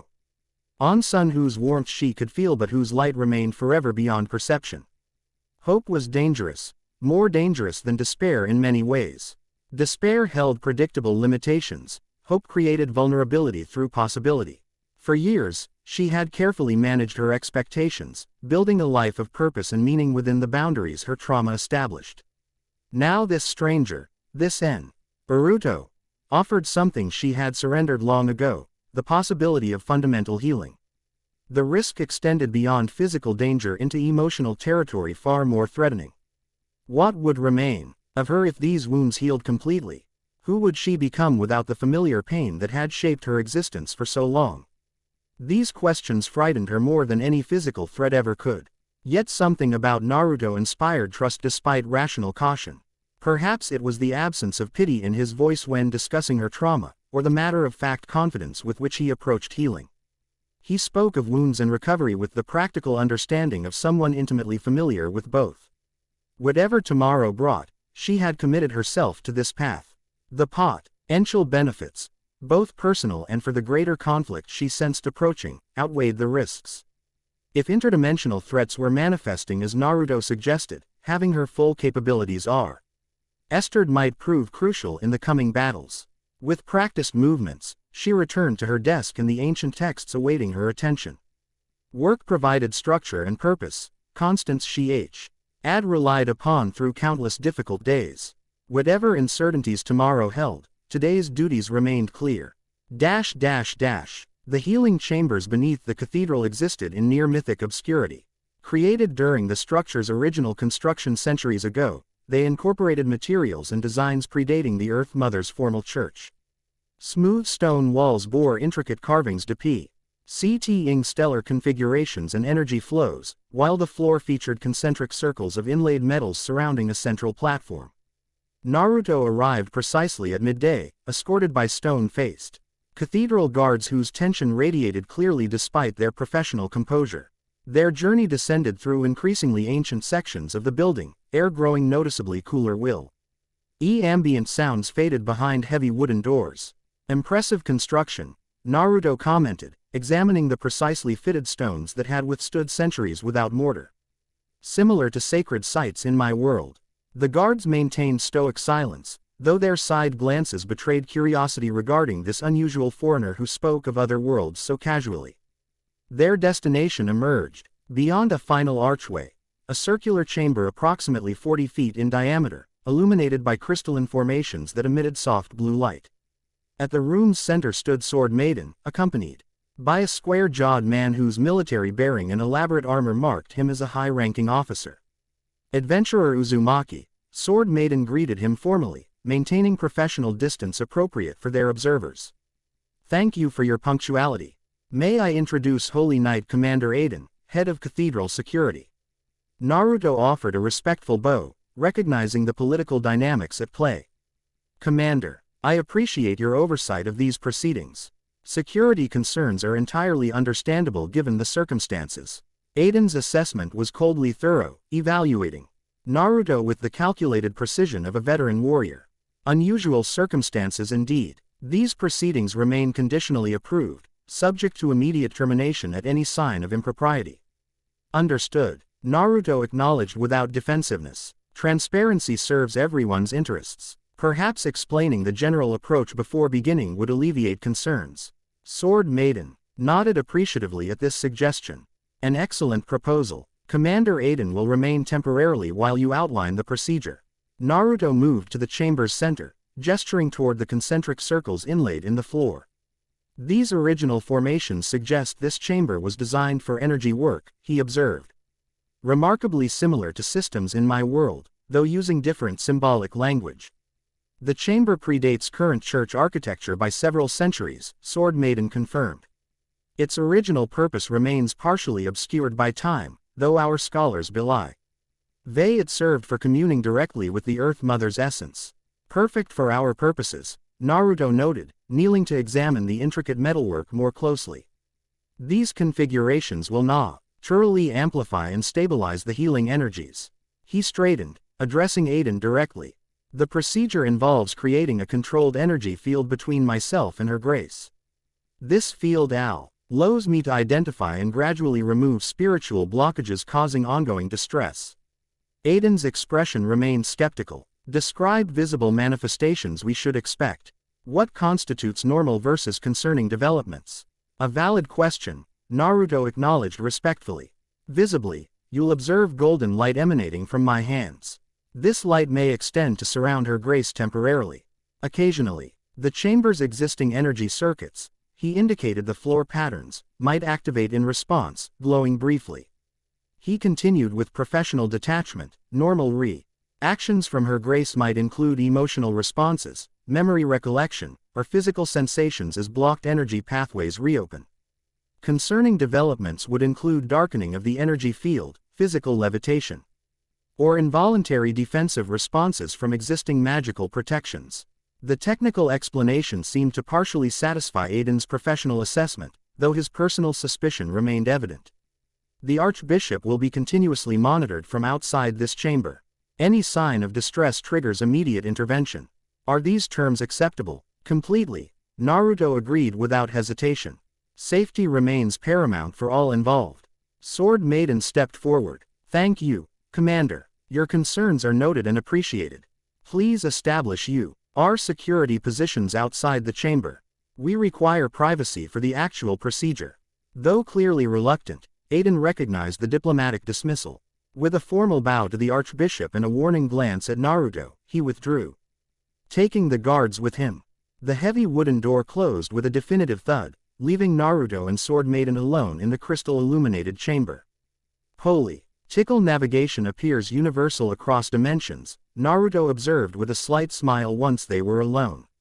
Sword Maiden's formal demeanor relaxed noticeably.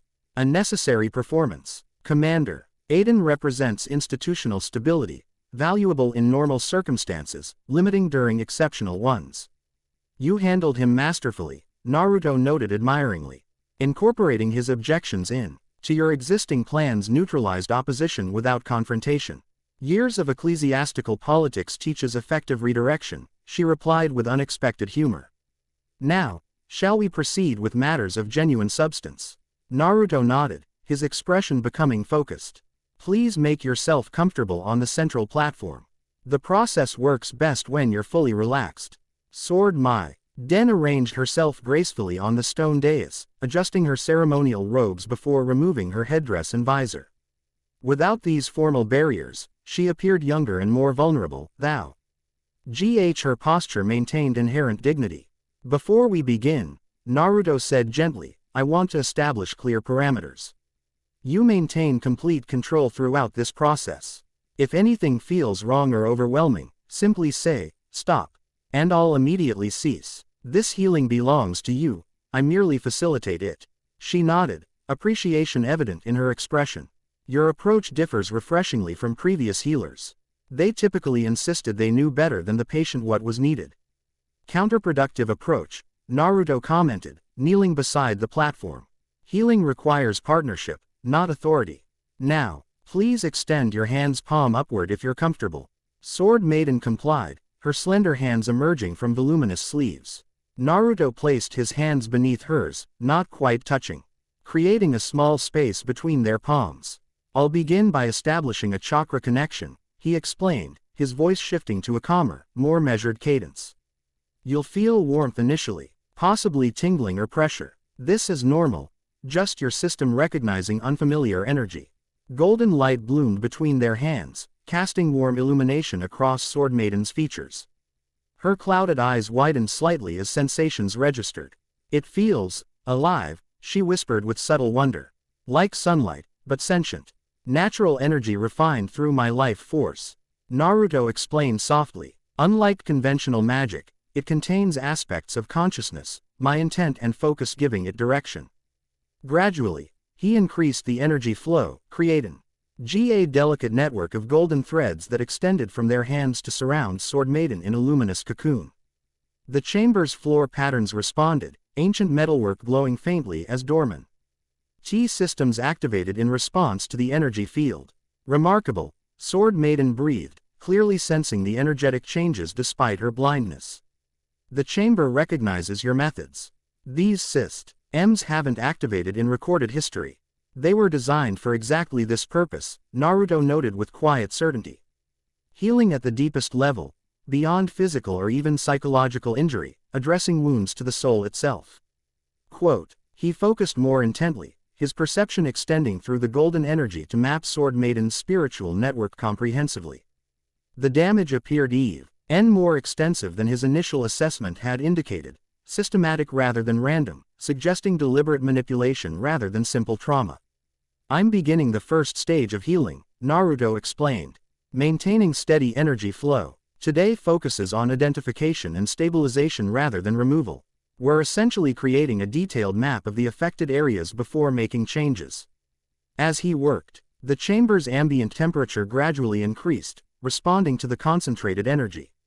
Sword Maiden's breathing deepened, her expression cycling between tension and release. As long-suppressed sensations reawakened. I feel pressure, she described hesitantly. As if something long frozen begins to thaw, creating both relief and discomfort simultaneously. Your stem recognizes the possibility of healing, Naruto confirmed. After years of adaptation to damage, even positive change registers initially as disruption. He navigated carefully through her energy pathways, identifying the most critical blockages without disturbing them yet. The foreign energy he'd detected previously appeared more distinctly now, a shadowy presence embedded throughout her system. Concentrated particularly around her damaged eyes. There's definitely an external influence, Naruto observed, concern evident in his voice. Similar to a sealing technique in my world, but and specifically designed to prevent natural healing. Sword Maiden's expression tightened. Intentional sabotage rather than coincidental damage. Yes, Naruto confirmed gently. Though understanding this doesn't diminish your remarkable strength in functioning despite it. Many would have been completely incapacitated by interference this systematic. Her hands trembled briefly before steadying through visible effort. Can it be removed without destabilizing what I've built around it? The question revealed her fundamental concern, not simply whether healing was possible, but whether it might destroy the identity and purpose she'd constructed around her trauma. That's entirely within your control, Naruto assured her. Healing doesn't erase who you've become or invalidate your accomplishments. It simply provides greater freedom to choose your path forward without constraints imposed by others. His words seemed to resonate deeply, tension visibly easing from her shoulders. A physician once told me acceptance of limitations represented true wisdom. I've wondered since whether acceptance or surrender better described my response. There's profound difference between accepting reality and surrendering to imposed limitations, Naruto observed quietly. You've achieved extraordinary things within artificial constraints. Imagine what might be possible without them. As he spoke, the golden energy pulsed gently, responding to emotional shifts. The chamber's ancient patterns glowed more brightly, forming connections between floor inscriptions and the energy field surrounding Sword Maiden.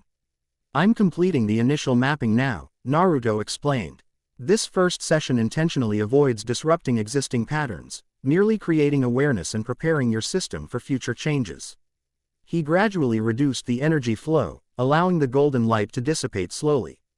As the luminous cocoon faded, Sword Maiden drew a deep, shuddering breath, the physical manifestation of significant energetic adjustment. How do you feel? Naruto asked gently, finally withdrawing his hands completely. She remained silent for several moments, internal awareness turned inward. Different, she finally replied, as if seeing myself from a new perspective, recognizing patterns previously invisible through familiarity. That awareness itself represents healing, Naruto confirmed. The capacity to perceive your own system more clearly creates possibility for change. Sword Maiden moved to sit upright, her movements deliberate as she adjusted to subtle energetic shifts. When can we proceed to actual removal of these foreign elements? I recommend waiting at least 3 days, Naruto advised. Your system needs time to stabilize after today's awareness. Rushing could create unnecessary shock. She nodded thoughtfully, a reasonable precaution, though events may not accommodate ideal timelines. Reports from frontier settlements suggest increasing Goblin coordination, potentially connected to the phenomena we discussed. I've noticed similar patterns, Naruto acknowledged. The guild requested my assistance investigating unusual activities northwest of Frontier Town.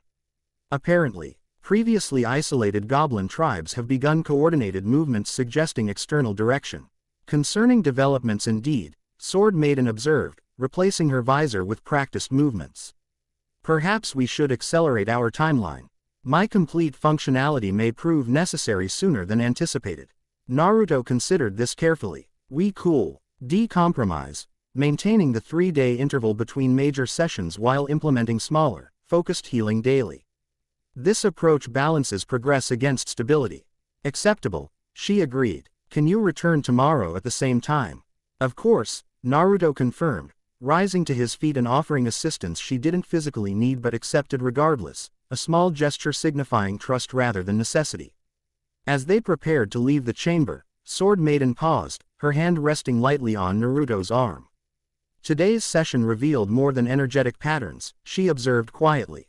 Your approach demonstrates extensive experience with trauma, not merely theoretical knowledge. Naruto nodded, though she couldn't see the gesture. I've walked difficult paths, both persona. LLY and alongside friends who suffered differently. Each experience taught valuable lessons about healing's true nature. Then we are well matched for this endeavor, she concluded with quiet certainty. Few truly understand trauma's complexity without direct experience. As they exited the chamber, Commander Aiden and his guards awaited with poorly concealed curiosity. Whatever they had expected, drama, mysterious phenomena, or suspicious behaviors, the calm, composed figures emerging from the ancient room clearly defied their expectations. The session concluded successfully, Sword Maiden informed Aiden formally. Adventurer Uzumaki will return tomorrow to continue our consultations regarding interdimensional phenomena. The commander's expression revealed conflicted assessment, professional suspicion battling against respect for the Archbishop's authority. As you wish, Your Grace. Security protocols remain established. Your diligence honors the cathedral, Sword Maiden Akno. Ledged diplomatically before turning to Naruto. Until tomorrow, then, may the Earth Mother guide your paths. With these formal words of dismissal, they parted, Sword Maiden ascending toward her office. Seal duties while Naruto followed his escort back toward the cathedral's main levels. Their separate journeys continued physically, yet something fundamental had shifted between them.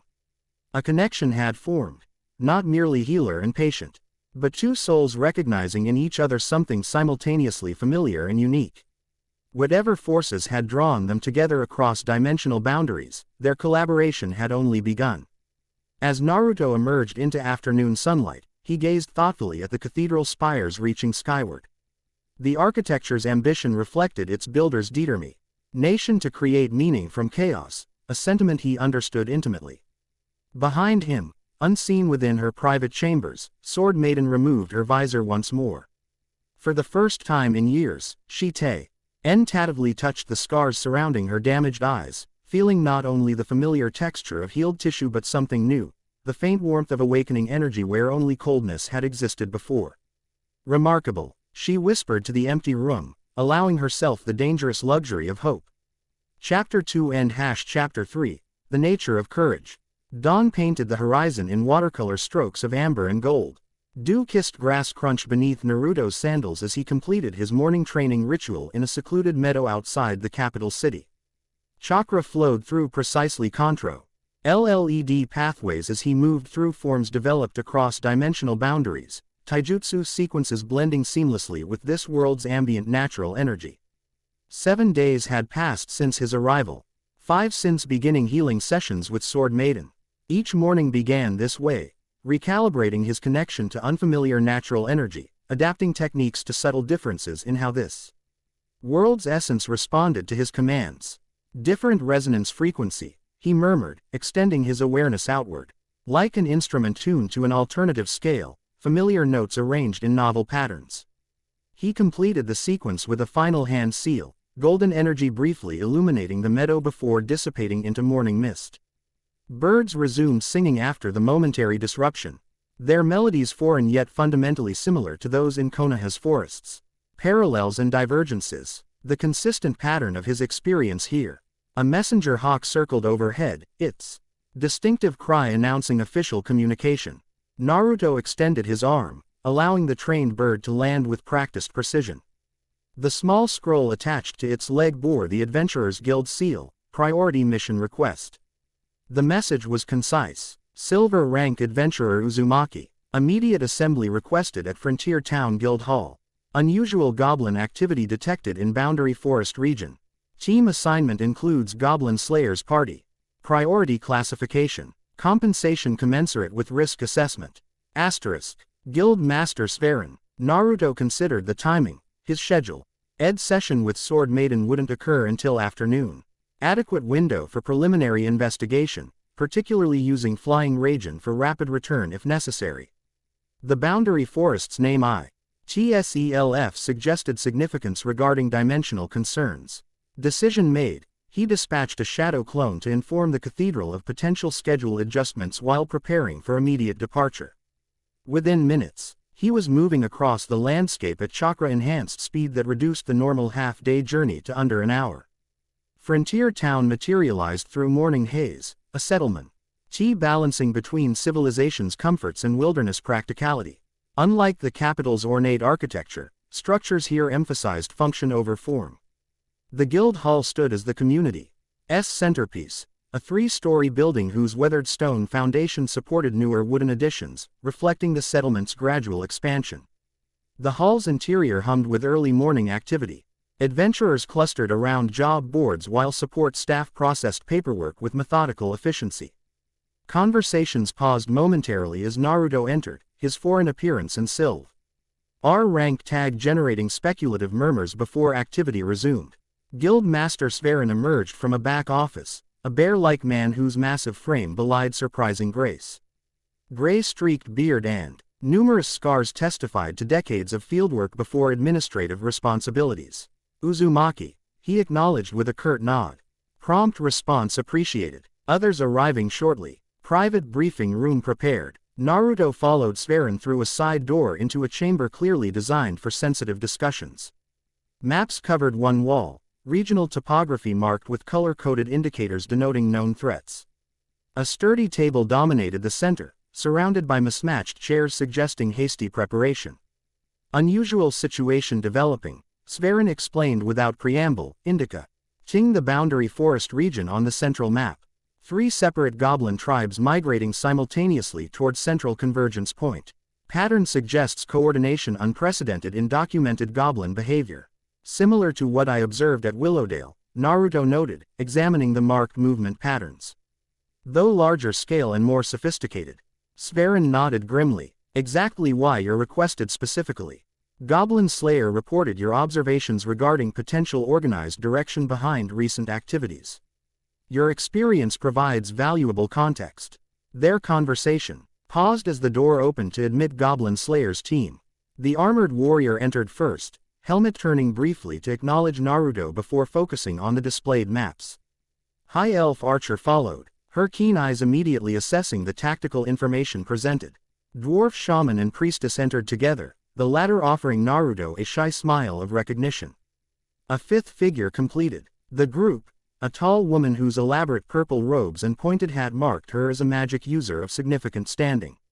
She carried a gnarled staff topped with a crystalline focus, and her measured movements suggested deliberate control over considerable power.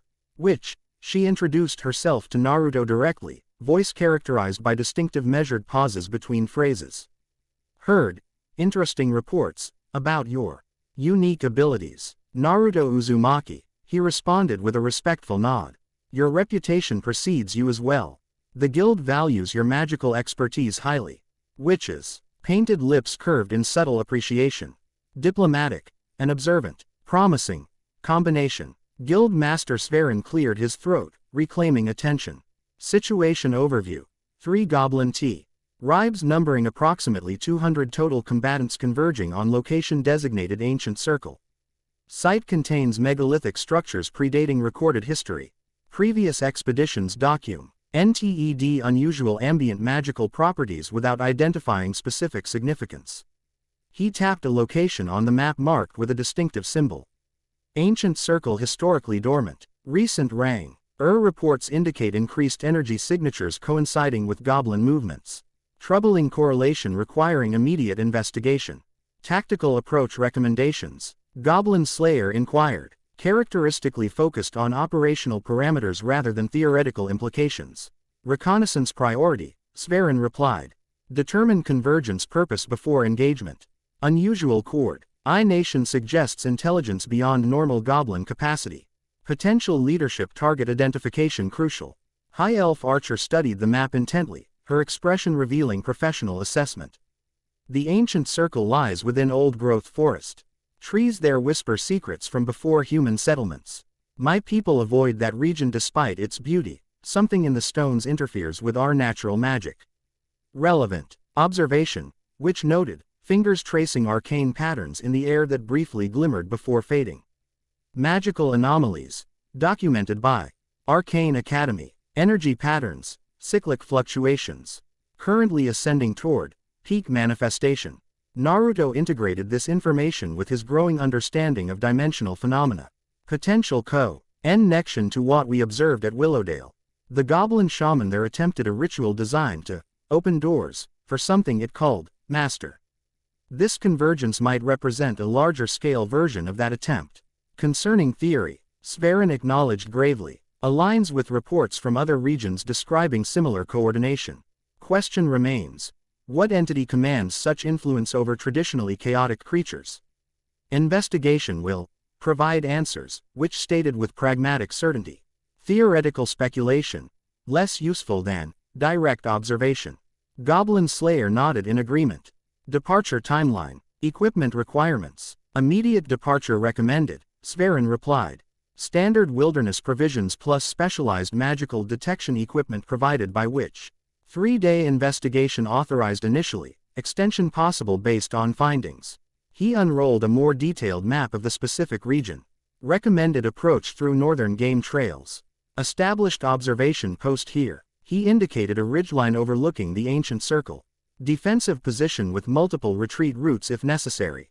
The tactical briefing continued, with specific assignments and contingency plans. Throughout the discussion, Naruto observed the team dynamics with interest. Despite their diverse backgrounds, Goblin Slayer's party functioned with practiced efficiency, each member contributing expertise without ego or unnecessary debate. When planning concluded, Naruto approached Sverren privately. I should inform you of potential schedule constraints.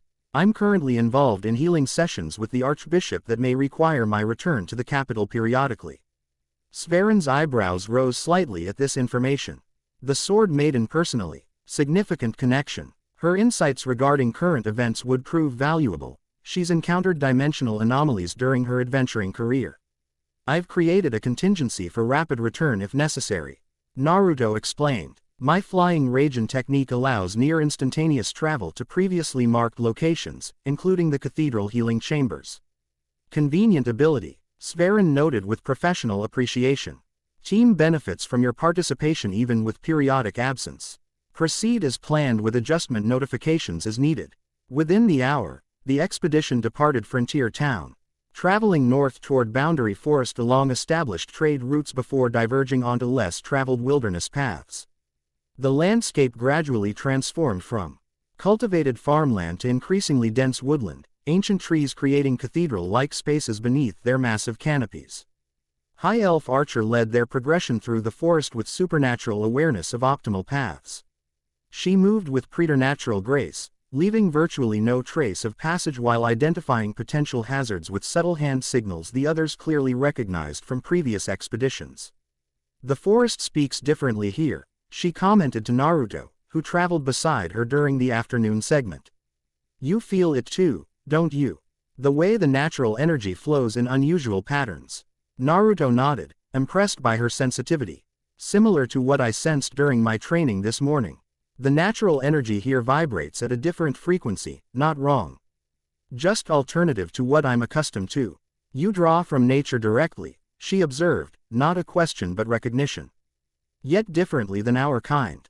Elven magic flows with natural currents, never forcing redirection. Your method, she paused, searching for appropriate terminology. You create new channels where none existed before. Accurate assessment, Naruto acknowledged. Chakra M. Manipulation involves combining physical and spiritual energies to create effects natural systems wouldn't produce independently. High Elf Archer considered this with evident curiosity despite maintained professional distance.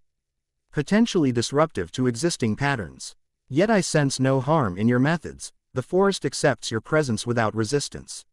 I strive for balance, Naruto explained. Sage techniques specifically require harmony with natural energy rather than dominance over it. Forcing nature's cooperation only creates temporary advantage at significant cost. She studied him with renewed interest. Centuries of wisdom evident behind her youthful appearance. Few humans comprehend this principle.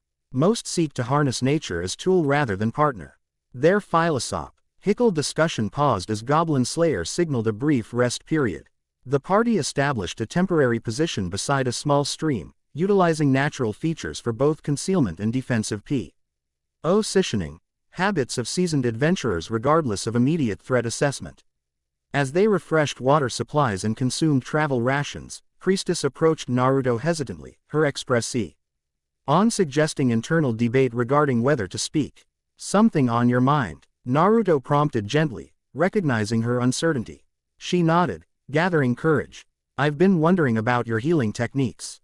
My miracles from the Earth Mother provide limited restoration, but they can't address deeper wounds, especially those affecting the spirit. Your work with Sword Maiden is different." The question revealed both professional interest and personal concern. Naruto considered his response carefully, respecting both the technical inquiry and underlying emotional context. The healing I'm attempting with Sword Maiden works on different principles, he confirmed. Rather than applying external power to repair damage, it helps restore natural connections between body, mind, and spirit that trauma severs. Think of it as rebuilding bridges rather than patching holes. Priestess absorbed this with thoughtful concentration. And these techniques, could they be taught to others? Or do they require your specific abilities? The underlying principles could be adapted, Naruto replied honestly. Though implementation varies based on individual spiritual capacity. Your connection to your deity provides different pathways than my chakra system, but similar outcomes might be possible through alternative methods. Hope illuminated her features. I've encountered so many. Suffering from wounds miracles can't touch. If I could learn even simplified versions, I'd be happy to explore possibilities, Naruto offered sincerely. Your compassion and existing healing foundation provide excellent starting points. Perhaps during evening camps when time permits. Her enthusiastic nod reminded Naruto momentarily of his own younger self, eager to learn techniques that might help others, regardless of difficulty. Before they could arrange specific details, Goblin Slayer announced resumption of travel, his practical focus maintaining their expedition's momentum. As the party continued through increasingly ancient forestland, Naruto noticed subtle shifts in the ambient natural energy. Unlike the relatively stable patterns near the capital, these energies swirled in complex configurations suggesting deliberate design rather than organic development. Reminiscent of seal arrays from his world, yet operating on principles he couldn't fully identify. Approaching outer boundary of anomalous region, which announced several hours later, her staff's crystalline focus pulsing with faint purple light. Magical density, increasing exponentially. Everyone, remain alert for perceptual distortions. High Elf Archer nodded confirmation. The trees here are old beyond reckoning. They remember things from before humans walked these lands. Listen carefully and you'll hear their whispers, warnings about what lies ahead. The forest had indeed changed character, transitioning from merely ancient to primordial. Massive trunks wider than houses supported canopies that nearly blocked the sky, while phosphorescent fungi created otherworldly illumination in deepening shadows. Normal forest sounds had diminished, replaced by subtle vibrations felt more than heard. A persistent hum at the threshold of perception. Similar energy signature to the dimensional tear, Naruto observed quietly. Though more stable, as if deliberately maintained rather than spontaneously generated. Which glanced at him sharply. Interesting comparison. You've experienced actual dimensional breach. My arrival here occurred through one, Naruto confirmed. And I read another during the Willowdale incident. They generate distinctive resonance patterns in natural energy, like ripples in still water. We should establish observation post before losing daylight, Goblin Slayer interjected practically. Discussion continues after securing position. With tactical precision, the party navigated toward the ridgeline Sphæron had identified, establishing a concealed camp with overlapping fields of vision covering the ancient circle below. The megalithic site became visible through occasional breaks in the canopy, massive standing stones arranged in concentric rings around a central altar-like structure. Even at this distance, the stones emanated palpable energy that registered differently to each observer based on their magical sensitivity. Significant magical nexus, which commented. Conducting preliminary analysis through her staff's focusing crystal. Multiple energy types, converging simultaneously. Elemental, spiritual, dimensional, unusual combination. Dwarf shaman nodded agreement, his beard quivering with suppressed excitement. Ancient construction, remarkable engineering. Stone transportation alone. Impressive achievement without modern methods. While they established camp, Naruto created shadow clones to conduct reconnaissance, dispatching them in different directions to map goblin movements and approach routes. The sea. Clones transformed into local wildlife forms, birds, small mammals, and insects, enhancing their infiltration capabilities while minimizing detection probability. As evening approached, the party gathered around a carefully shielded fire that provided warmth without visible signature that might reveal their position. Goblin Slayer maintained watchful vigilance while others prepared evening meals and arranged equipment for the following day's operations. Initial reports from my clones confirm goblin movements matching guild intelligence, Naruto informed them, receiving continuous information. A.S. transformed clones observed from concealed positions. 3 distinct tribes approaching from different directions, maintaining organized formation rather than typical chaotic progression. Each Grow P appears led by what resembles a shaman figure rather than traditional hobgoblin strength hierarchy. Unusual leadership structure. Goblin Slayer noted with professional concern. Religious rather than military organization. Unprecedented. High Elf Archer frowned thoughtfully. Goblins lack natural religious inclination. Their primitive minds grasp strength hierarchies easily, but abstract concepts like faith require higher cognitive functions. Unless directed by external intelligence, which suggested mixing aromatic herbs into her evening tea with precise measurements. Puppet leadership. Controlled through magical compulsion perhaps. Naruto shared additional clone observations, including details regarding unusual markings painted on leading goblins and ritualistic behaviors observed during their camp establishments. The pattern suggested preparation for significant ceremonial activity rather than simple raiding or territorial expansion. As night fully enveloped the forest, bioluminescent flora intensified, creating an ethereal landscape of ghostly blues and greens. The ancient circle's standing stones became more prominent in this alternative illumination. Ancient energy patterns visible connecting the megaliths in geometric configurations. Priestess volunteered for first watch alongside Naruto, while others sought brief rest before their rotation assignments. Seated at the camp's edge with clear sightlines to the megalithic site below, they maintained vigilant observation while continuing their earlier conversation in hushed tones. "How did you learn to be so fearless?" Priestess asked suddenly, the question emerging without preamble. "When we first met at Willowdale, you confronted those goblins without hesitation, even before understanding this world's dangers." Naruto considered the unexpected inquiry thoughtfully. "I'm not fearless," he replied honestly. "I've known intense fear throughout my life. The difference isn't absence of fear but relationship with it." "I don't understand," she admitted, genuine curiosity in her expression. "Fear serves as information, not instruction," Naruto explained, keeping his voice low while maintaining perimeter awareness. "It identifies potential threats but doesn't dictate response. Acknowledging fear while choosing action anyway, that's courage's actual nature." Priestess absorbed this perspective with evident self-reflection. "The Earth Mother's teachings emphasize protection and healing, yet I've found myself repeatedly in situations requiring combat readiness. I fear my hesitation endangers others." "May I ask about your background before becoming an adventurer?" Naruto inquired gently. "I trained in a temple from childhood," she explained softly. "Sheltered from violence and hardship. Focused on healing miracles and protective blessings. My first adventure." Her voice faltered momentarily. "Everyone died except me. Goblin Slayer arrived too late to save them but rescued me. I've traveled with him since, trying to become stronger, but the fear remains." Naruto nodded understanding. "That trauma creates natural protective responses. Your body remembers danger and attempts to prevent recurrence. Working with rather than against that response makes growth possible." "How?" she asked simply, the single word containing profound longing for transformation. "Begin by recognizing fear as wisdom rather than weakness," Naruto suggested. "Your fear identifies genuine threats your conscious mind might minimize. Second, separate risk assessment from emotional response. See knowledge fears physical symptoms while maintaining cognitive function.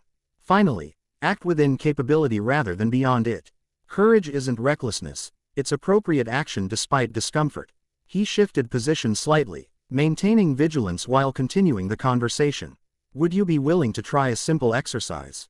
It might help illustrate what I'm describing. Priestess nodded hesitantly. Close your eyes briefly, Naruto instructed. Recall your most recent fearful experience during an adventure. Don't resist the memory. Allow yourself to experience it fully. She complied, eyelids closing while her expression tightened with remembered distress. Her breathing quickened slightly, hands clasping her staff more firmly. Notice physical sensations without judgment, Naruto guided quietly.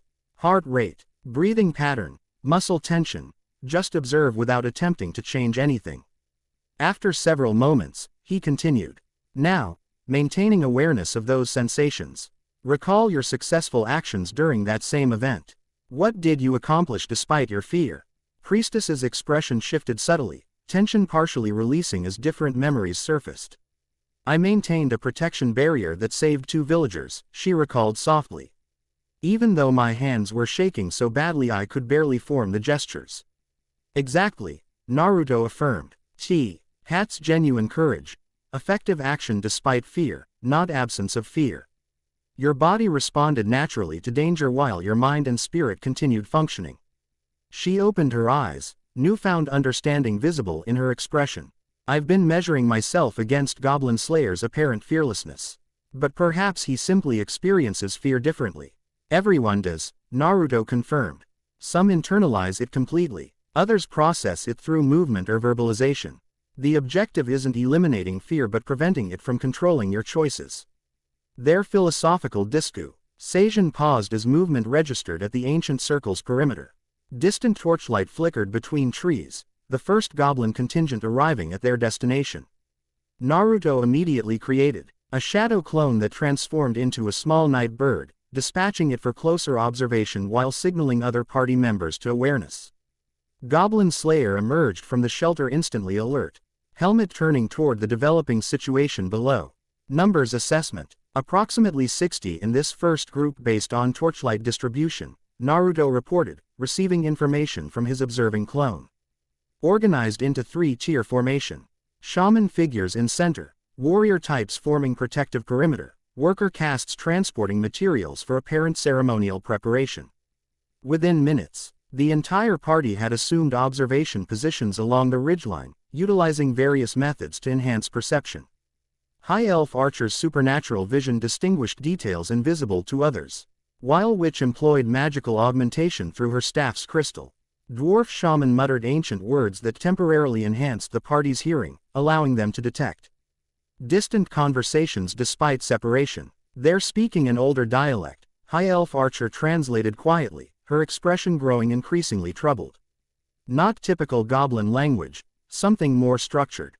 They're discussing awakening the gateway, and preparing worthy vessels for the master's arrival. Consistent with Willowdale Shaman's statements, Naruto noted grimly. Whatever entity directs them, it requires physical forms to manifest in this dimension. As they watched, the goblins arranged ceremonial materials around the central altar stone. Strange symbols matching Thos Naruto had observed during the previous ritual were painted using dark substances across megalithic surfaces. Primitive drums established rhythmic patterns that resonated with the stones themselves, creating harmonic vibrations that disturbed the natural energy flows. Second contingent approaching from eastern quadrant, Goblin Slayer announced, indicating distant torchlight moving through the forest. Larger numbers, approximately 80 based on formation width. Within an hour, all 3 goblin tribes had converged at the ancient circle, their combined numbers approaching 200 as predicted. Unlike typical goblin gatherings characterized by chaotic infighting and dominance displays, these groups integrated with coordinated purpose, each performing assigned functions with unprecedented discipline. Central activity increasing, Naruto reported as his reconnaissance clone provided updated information. They're preparing multiple human captives, 15 total, arranged in Pacific positions corresponding to stellar configurations. Priestess gasped softly, we must save them. Tactical assessment required before engagement, Goblin Slayer countered pragmatically. Direct assault against superior numbers risks mission failure and additional casualties. Timing critical, Witch observed, her staff's crystal pulsing with increasing frequency. Magical energies, building toward culmination point.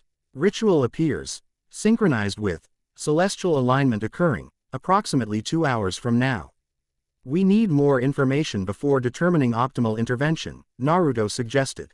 I can send additional clones with specialized observation parameters while we develop contingency plans.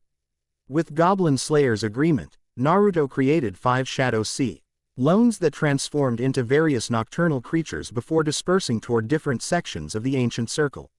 Their observations would provide comprehensive tactical information while the party formulated response options.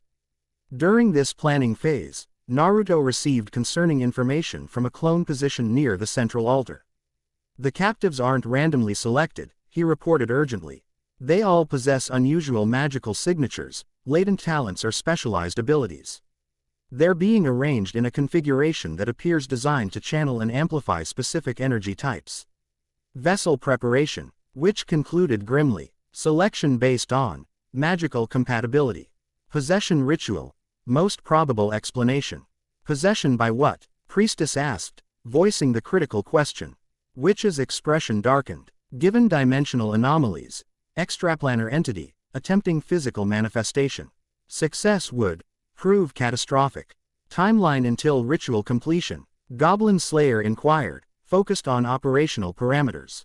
Approximately 90 minutes based on celestial positioning, High Elf Archer answered, observing the night sky through breaks in the canopy. When the 3 moons align in triangular formation, they'll match the ground configuration of the megalithic circle. Tactical planning proceeded with increased urgency, each P.R.D. member contributing expertise toward developing viable intervention strategies. The numerical disadvantage presented significant challenges, requiring precise timing and coordination rather than conventional engagement. Direct confrontation suboptimal, Goblin Slayer concluded after reviewing options. Recommend targeted disruption of ritual components while avoiding general engagement. Agreed, Naruto confirmed. The ritual requires specific elements.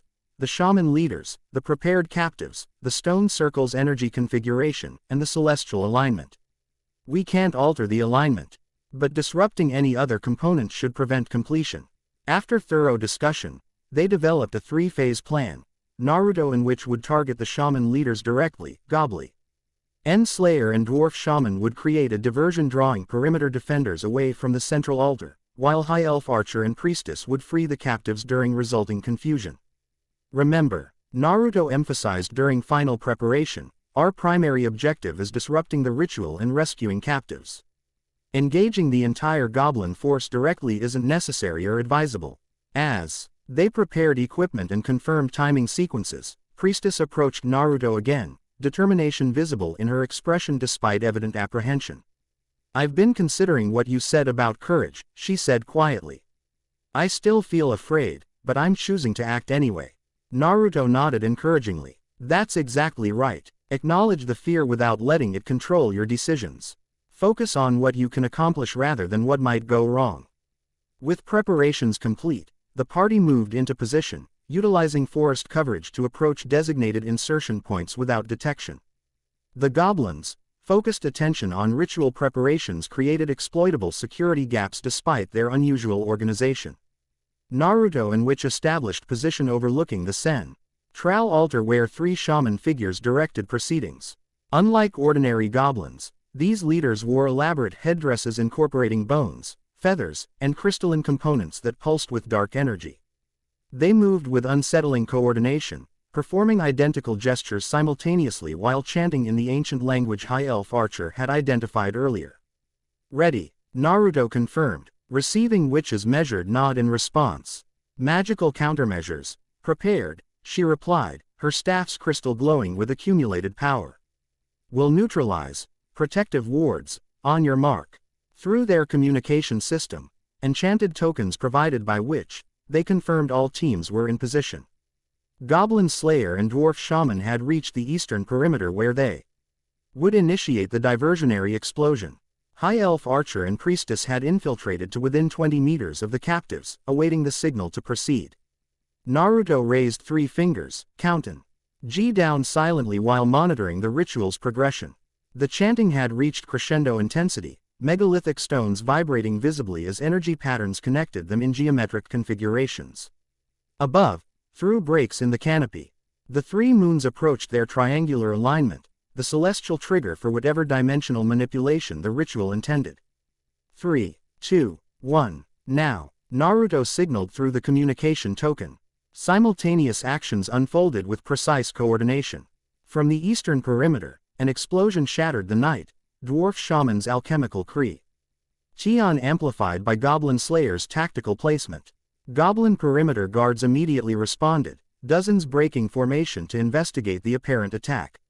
Simultaneously, Witch activated her prepared counterspell, violet energy surging from her staff to envelop the ritual site. The protective wards surrounding the shamans flickered momentarily as magical disruption cascaded through their structure. Naruto seized this momentary vulnerability, his hands forming familiar seals. Wind style. Vacuum blade. Compressed air sliced through the disrupted protective barrier, targeting the leftmost shaman with lethal precision. The creature shrieked as invisible force severed its connection to the ritual matrix, collapsing amid disrupted energy patterns. The remaining shamans reacted with unexpected speed, abandoning ceremonial movements to adopt defensive postures. Dark energy coalesced around their outstretched hands, forming protective shields against subsequent attacks. Interesting. Response. Witch noted with professional assessment. Adaptive magical capability, beyond goblin norm.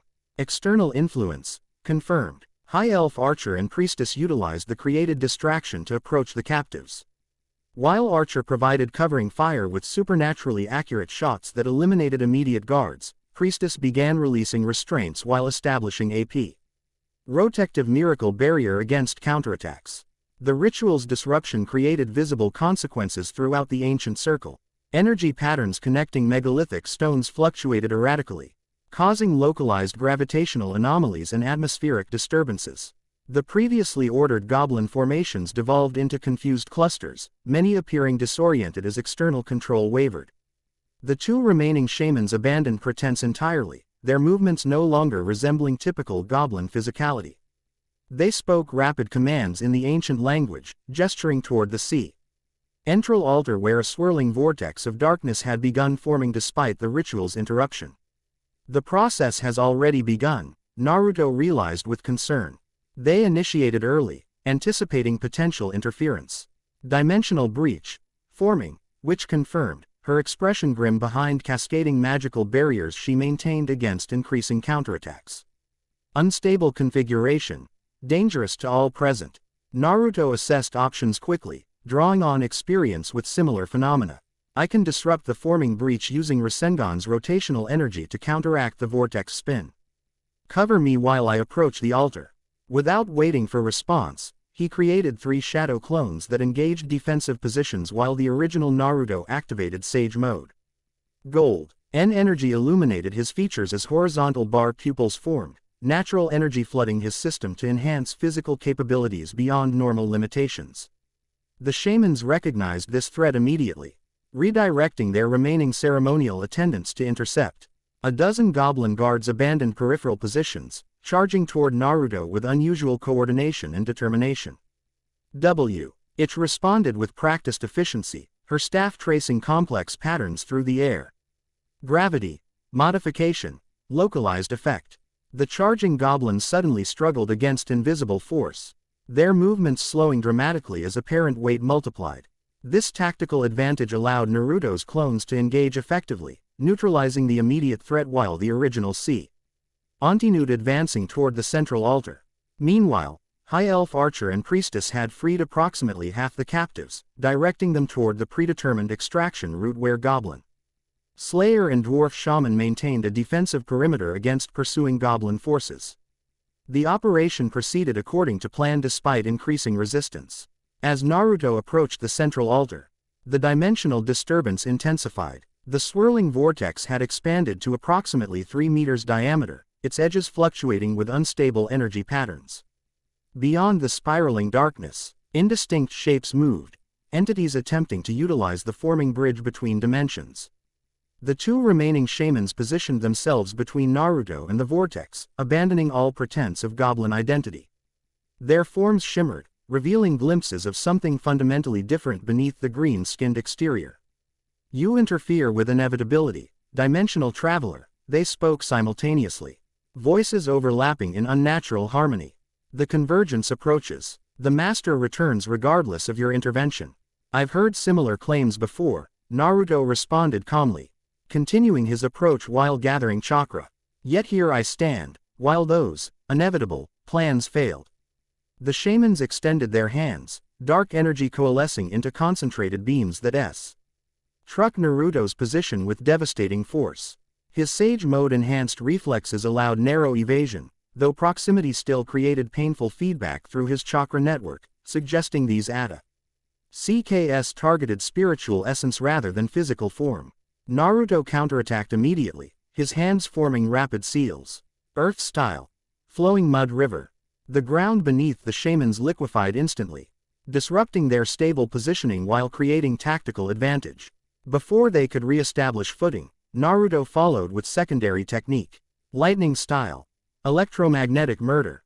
Electrical energy surged through the liquefied earth, conducting directly into the shamans' struggling forms.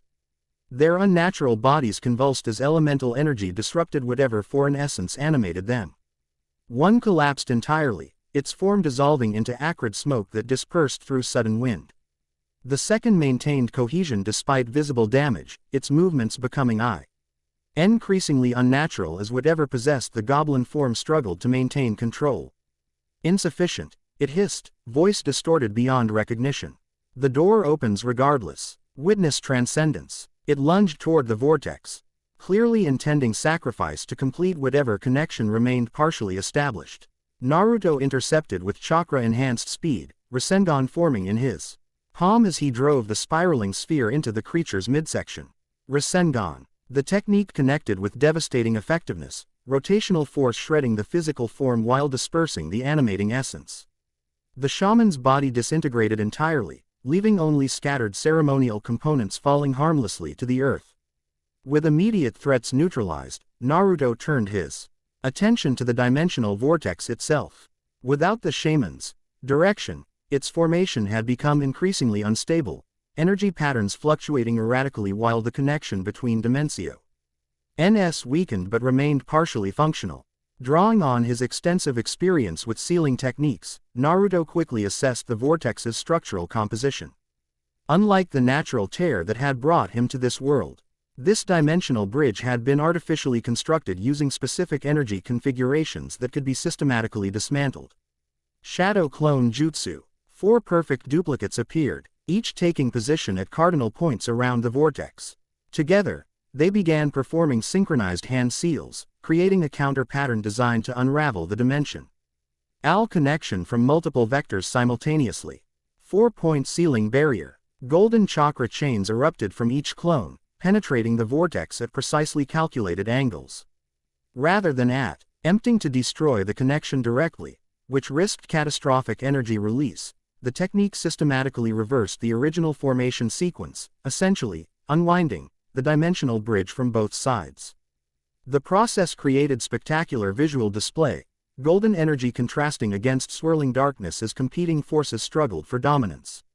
Through the fluctuating portal, distinct figures became momentarily visible, entities of disturbing configuration watching from the dimensional boundary with evident intelligence and malice. One such entity extended what appeared to be an appendage through the narrowing aperture, attempting physical contact. Naruto redoubled his technique's intensity, chakra chains constricting further while his clones maintained perfect synchronization despite increasing energy discharge. You delay the inevitable, child of prophecy, a voice resonated directly within Naruto's mind, cold, ancient, and profoundly alien. The barrier's thin. We have marked this world for consumption as we did yours. Naruto refused distraction despite the unsettling mental contact. Then you'll be disappointed twice, he responded through gritted teeth, pushing additional chakra into the sealing barrier. With a final surge of concentrated effort, the 4 clones completed the sealing sequence simultaneously. The vortex collapsed inward, dimensional RGIES retracting through narrowing aperture until reality reasserted normal configuration with an atmospheric shockwave that rippled outward from the central altar. The backlash momentarily disrupted Naruto's chakra network, causing his clones to disperse while the original staggered but maintained consciousness. Nearby megalithic stones cracked from energy discharge, ancient runes previously invisible suddenly glowing with activated power before slowly fading to dormancy once more. Witch approached cautiously, her staff extended to analyze residual energy patterns. Impressive containment technique, she commented. Professional assessment overriding immediate danger concerns. Dimensional closure, without catastrophic energy release. Difficult achievement. Thanks, Naruto acknowledged, taking a moment to stabilize his disrupted chakra flow. Though it's temporary at best. Whatever entities attempt manifestation, they're persistent. This site remains vulnerable to repeated attempts. While they conducted this assessment, the broader conflict had shifted decisively. With ritual leadership eliminated and central purpose disrupted, the Goblin forces had devolved into disorganized clusters easily managed by the remaining party members. Goblin Slayer's tactical experience with such opponents proved particularly effective during this phase, his methodical elimination techniques creating disproportionate impact against numerically superior but strategically compromised enemies. High Elf Archer appeared beside them, bow still ready but immediate threats neutralized. The captives are secured, she reported efficiently. Priestess tends minor injuries while Goblin Slayer and Dwarf Shaman maintain perimeter control. Remaining Goblin forces retreating in multiple directions without coordination. Naruto nodded acknowledgement, though his attention remained focused on the central altar and surrounding megalithic configuration.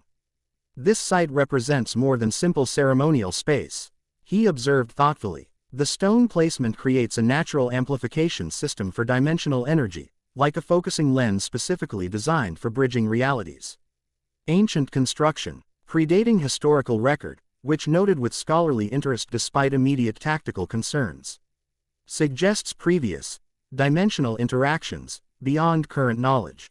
We should document everything before departing, Naruto suggested.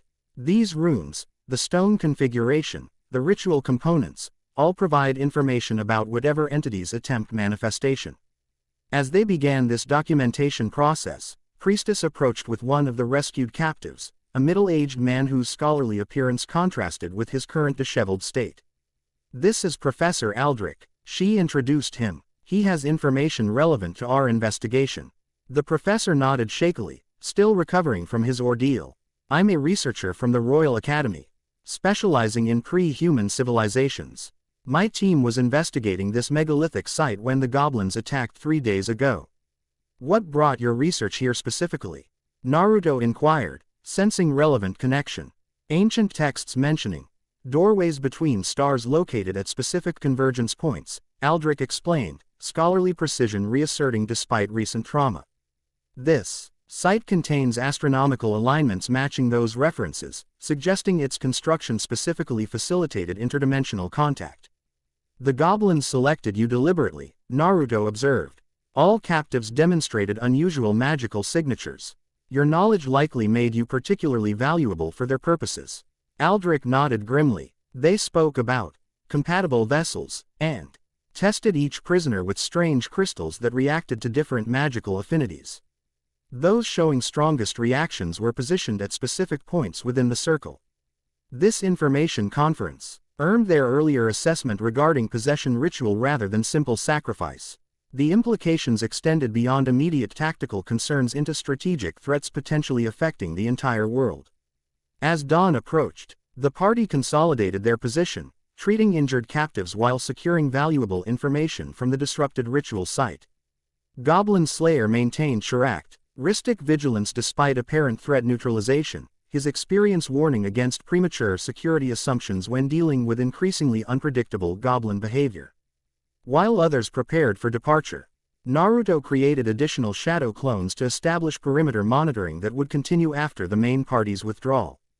These clones would maintain observation for several days, providing early warning should goblin forces attempt to re-establish control over the ancient circle. During final preparation for return to Frontier Town, High Elf Archer approached Naruto as He completed documenting ritual components. Her typical professional distance had softened somewhat, replaced by cautious respect. Your connection to natural energy exceeds what I've observed in humans previously, she noted directly. Even accomplished druids and nature priests interact with rather than transform environmental essence. Naruto recognized the underlying question within her observation. Sage techniques in my world require harmonizing personal energy with natural forces, he explained. Neither dominating nor submitting, instead creating partnership where both elements maintain integrity while achieving outcomes neither could alone. You learned this from your people's elders? She inquired, genuine curiosity evident. From the toads of Mount Myoboku, Naruto replied with slight smile. Anticipating her confusion at this unconventional answer. Her expression indeed registered surprise. Toads, as in, amphibians. Great sage toads standing taller than houses, Naruto clarified. Amusement tempering his explanation. Ancient beings who accumulated wisdom across countless generations. They taught that true strength comes from balanced connection rather than isolated power. High Elf Archer considered this with evident reassessment of her assumptions. Our oldest traditions teach similar principles, though without giant philosophical amphibians. Elven magic flows with rather than against natural patterns, preserving harmony while achieving necessary outcomes. Different methods, similar understanding, Naruto observed. I've found such parallels constantly between my world and yours, fundamental principles manifesting through culturally specific expressions. Their philosophical discussion paused as Goblin Slayer approached, characteristically direct in addressing practical matters. Departure in 15 minutes. Wounded stabilized for transport. Recommend continued observation of site through remote means. Already arranged, Naruto confirmed. My clones will maintain surveillance for approximately 3 days, reporting any significant developments through transformed messengers. Goblin Slayer nodded approval of this tactical provision. Good. Additional question. Captured ritual components require secure transport. Academy researchers should examine which has created containment measures for the most sensitive items, Naruto responded. I've documented the runic sequences and energy patterns for comparative analysis with similar phenomena observed previously. As Goblin Slayer departed to oversee final preparations, Elf Archer studied Naruto with renewed consideration. You've fought entities like this before, haven't you? These weren't just random monsters to you. Naruto nodded, expression sobering. My world faced similar threats. Beings that consumed entire dimensions, moving between realities seeking new energy sources. We called them Otsutsuki, godlike entities with terrible purpose. And you defeated them? She asked, the question containing both hope and skepticism. Some, Naruto acknowledged honestly. Though victory often came at tremendous cost. Their greatest advantage was patience, operating across timeframes extending beyond normal lifespans, laying plans that unfolded across generations. High Elf Archer's expression reflected grim understanding. As an elf, I comprehend such strategies.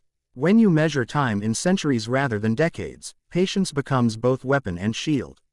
Exactly why documentation and knowledge preservation become critical, Naruto emphasized.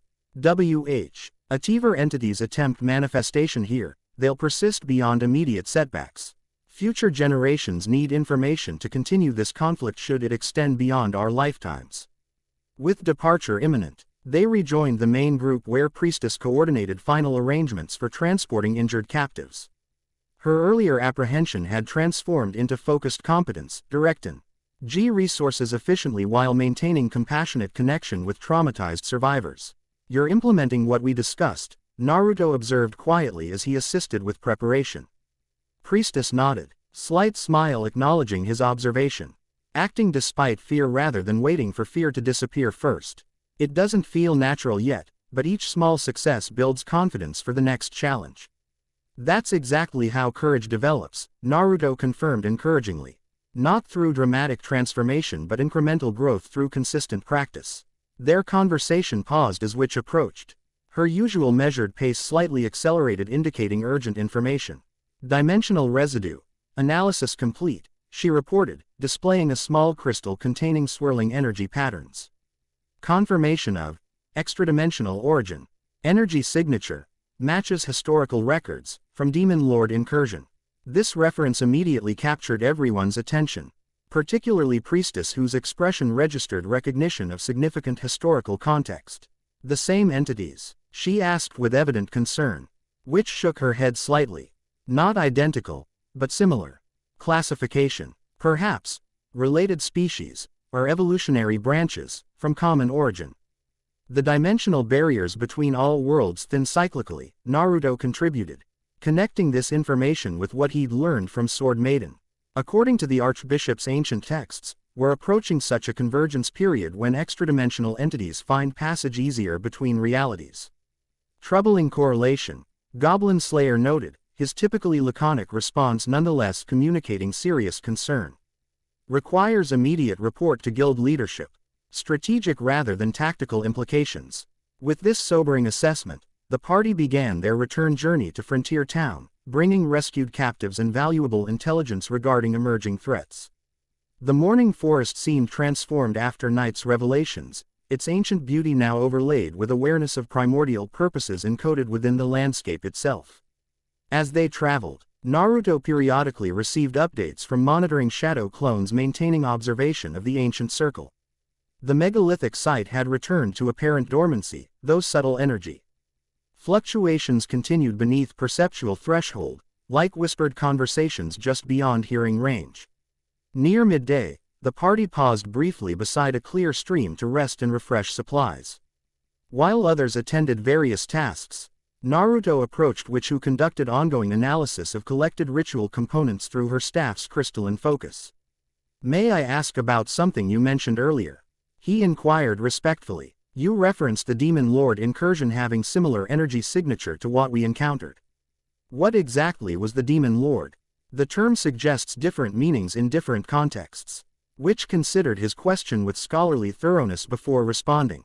Historical records describe entity manifesting through dimensional tear, approximately 15 years ago. Not individual being, but collective consciousness, seeking physical anchors in our reality. Similar to what these ritual attempts target, Naruto observed grimly. Precisely, Witch confirmed. Previous manifestation, partially successful. Required hero intervention, to banish. Sword Maiden, led that campaign, suffered greatly, during final confrontation. This connection to his ongoing work with the Archbishop provided valuable context. That explains certain aspects of her condition, Naruto noted thoughtfully.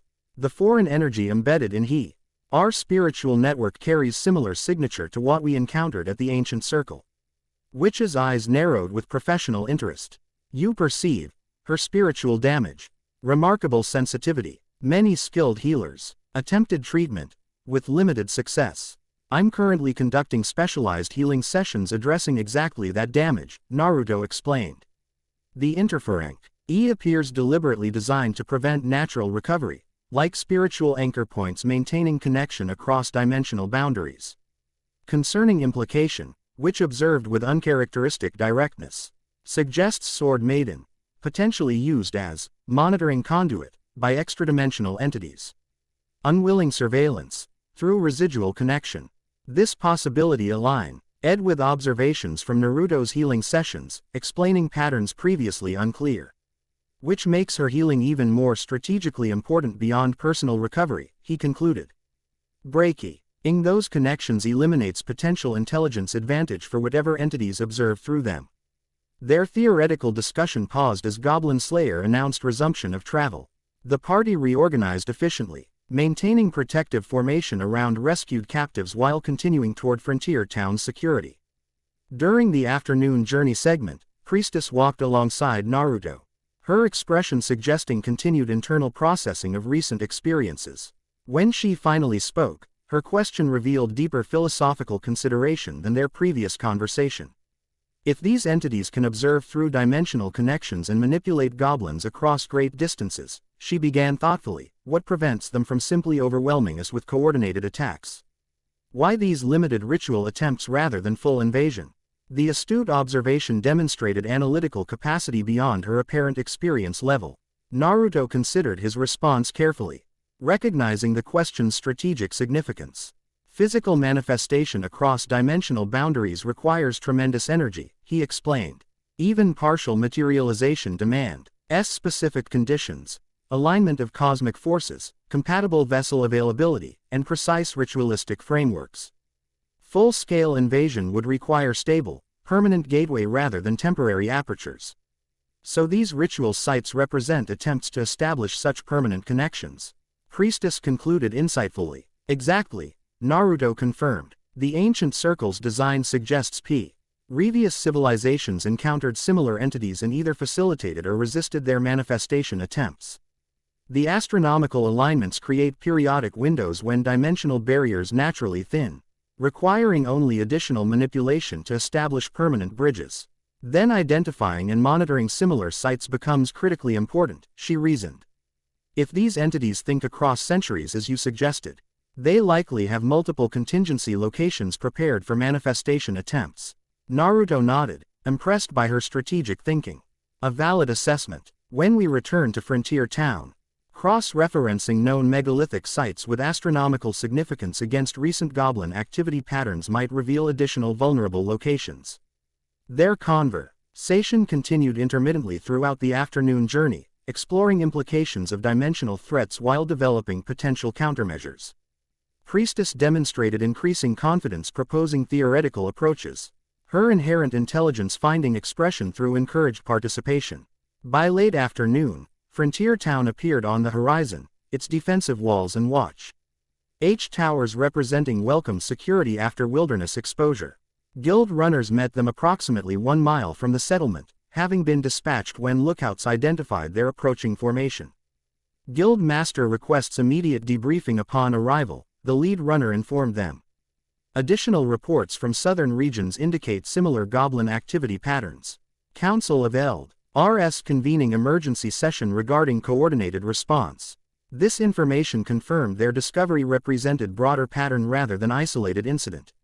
As they entered Frontier Town's protective boundaries, citizens gathered to witness their return, expressions of relief mingling with concerned whispers as rescued captives and collected evidence generated inevitable speculation. LD Hall's central chamber had been converted to Emergency Operations Center, regional maps displaying reported goblin activities with color-coded markers indicating intensity and chronology. Guild Master Sverin greeted them immediately, his expression revealing sleepless nights managing emerging crisis. Your timing proves fortuitous, he stated without preamble. Reports arrive hourly from Regio Null outposts describing unprecedented goblin coordination. Your intelligence from the ancient circle provides critical context for understanding broader patterns. The debriefing proceeded efficiently, each party member contributing observations from their specialized perspective. Professor Aldrich provided scholarly context regarding megalithic sites and historical records, while Witch presented technical analysis of ritual components and dimensional energy residue. When documentation concluded, Sverin addressed immediate operational implications. Based on your findings, we're dispatching SQ teams to similar astronomical sites throughout the region. Preventative measures take priority over reactive engagement given identified ritual requirements. He turned specifically to Naruto. Quote, your expertise regarding dimensional phenomena proves invaluable in current circumstances. The guild formally requests continued consultation as this situation develops. I'll assist however possible, Naruto agreed readily. Though I should inform you my schedule includes continuing work with the Archbishop regarding similar concerns. Our sessions address issues potentially connected to these manifestation attempts. Sverin nodded understanding. Coordinate is necessary between responsibilities. Communication protocols established for urgent developments regardless of your location. With formal debriefing complete, party members dispersed to various recovery activities, equipment maintenance, medical attention, and much-needed rest after intensive operation. Goblin Slayer, characteristically focused on practical matters, immediately began planning follow-up investigation of remaining goblin forces that had scattered after ritual disruption. Naruto, mindful of his scheduled healing session with Sword Maiden, prepared for rapid return to the capital. Before departing, he sought Priestess privately to continue their discussion regarding courage development and healing techniques she had expressed interest in learning. He found her in the guild hall's small chapel, a modest space dedicated to various deities respected by adventuring community. She knelt before the Earth Mother's altar, not in formal prayer but thoughtful meditation, her expression revealing internal processing of recent experiences. Sorry to interrupt, Naruto offered quietly. I wanted to check on you before returning to the capital. Priestess turned, offering genuine smile that contrasted with her earlier hesitancy. You're not interrupting. I was actually thinking about our conversations regarding fear and courage. Something specific troubling you? Naruto inquired, taking a seat on nearby bench rather than the altar area out of respect for sacred space. She shook her head slightly. Not troubling. Clarifying, actually. During today's events, I noticed something different in my response to danger. The fear remained present but separated somehow. Like watching a strong current standing safely on shore rather than being swept away by it. Naruto nodded encouragement. That's exactly the relationship shift I described. You're experiencing fear as information rather than I am. Immersion. Awareness without identification. It made functioning alongside fear possible, she continued thoughtfully. Not comfortable exactly, but manageable. I remembered what you said about acknowledging physical sensations without allowing them to dictate responses. You implemented perfectly, Naruto affirmed. I noticed your effectiveness during the operation, maintaining both compassionate connection with rescued captives while executing tactical responsibilities precisely. Her expression brightened at this specific acknowledgement. It felt different, like discovering new capacity, rather than forcing unwilling performance. Does this development continue with practice? Absolutely, Naruto confirmed. Like any skill, courage strengthens through implementation rather than contemplation. Each experience builds capacity for the next challenge. Priestess considered this with evident determination. I'd like to continue learning these approaches if you're willing to teach during your returns to Frontier Town. Both the courage practices and the healing techniques you mentioned that might complement my miracles. I'd be happy to, Naruto agreed sincerely. Your existing foundation provides excellent starting point for adaptation of these methods to your specific abilities. Their conversation concluded with arrangements for future training sessions coinciding with Naruto's anticipated returns to Frontier Town for ongoing investigation of dimensional threats. With these plans established, Naruto prepared for immediate return to the capital where Sword Maiden awaited continuation of her healing sessions. Using a secluded courtyard behind Guild Hall, Naruto activated Flying Raijin technique, focusing on the marker he had previously established in the cathedral's healing chambers. The distinctive sensation of dimensional translation enveloped him momentarily before reality reasserted at his destination, the ancient circular chamber where Sword Maiden would soon arrive for their appointment. As Naruto calibrated his chakra for the upcoming healing work, he reflected on connections between his sessions with the Archbishop and the extra-dimensional threats encountered at the ancient circle. The foreign energy embedded within Sword Maiden's spiritual network shared distinctive characteristics with entities attempting manifestation, suggesting deliberate implementation rather than coincidental similarity. If these connections proved substantial, her healing represented more than personal recovery. It potentially eliminated established foothold these entities maintained in this world through unwilling host. The strategic implications extended beyond individual well-being into broader dimensional security concerns. These considerations remained active. In Naruto's awareness as Sword Maiden entered the healing chamber, her graceful movements and formal attire concealing the profound vulnerability their sessions revealed. Today's work would advance beyond mapping into actual removal of foreign energetic elements, a critical transition carrying both promise and risk. I sense you've encountered significant developments since our last meeting, Shish. Observed perceptively as they established initial positions for the session. Naruto nodded, appreciating her intuitive awareness. The dimensional threats we discussed previously have demonstrated active manifestation attempts. My recent mission with Goblin Slayer's party encountered ritual activity specifically designed to establish permanent gateway between realities. As he summarized key discoveries from the ancient circle investigation, Sword Maiden's expression revealed recognition of familiar patterns. When he described the energy signature which had identified as matching Demon Lord incursion, her hands tightened perceptibly against the chamber's central platform. The connections become clearer, she acknowledged when he finished. My experiences during that campaign left more than physical scars. Something attached itself, a presence I've sensed occasionally through the years without identifying specific source. Exactly what today's session begins addressing, Naruto confirmed gently. The foreign energy within your system appears deliberately implemented rather than accidental, like anchor points maintaining connection across dimensional boundaries. Understanding illuminated her features despite sightless eyes. They've been watching through me, she whispered, revelation bringing both horror and clarity. All these years, perceiving our world through fragments left embedded in my essence. A violation beyond the physical, Naruto acknowledged solemnly. Though one we begin rectifying today. By removing these foreign elements, we eliminate both your personal burden and their observational advantage simultaneously. Sword Maiden straightened with renewed determination, her posture reflecting formidable strength that trauma and manipulation had constrained but never destroyed.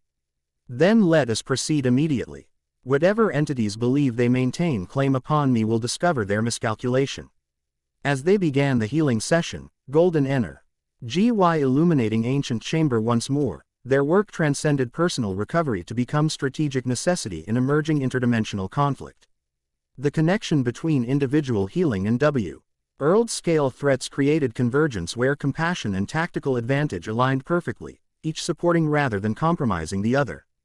The nature of courage manifested not only through battlefield confrontation but equally through willingness to face internal darkness where foreign entities had established unwelcome residence. As Naruto guided Sword Maiden through beginning stages of extraction process, both recognized fundamental truth underlying their collaboration. Healing represented not merely restoration but active resistance against forces that would exploit vulnerability for catastrophic purpose. Their session continued into evening hours, golden light pulsing through chambers' ancient patterns as dimensional connections millennia in making began systematic dissolution. Ion through powers neither world had previously combined. Whatever watched from beyond dimensional barriers surely recognized emerging threat to its established footholds, the unlikely partnership bet.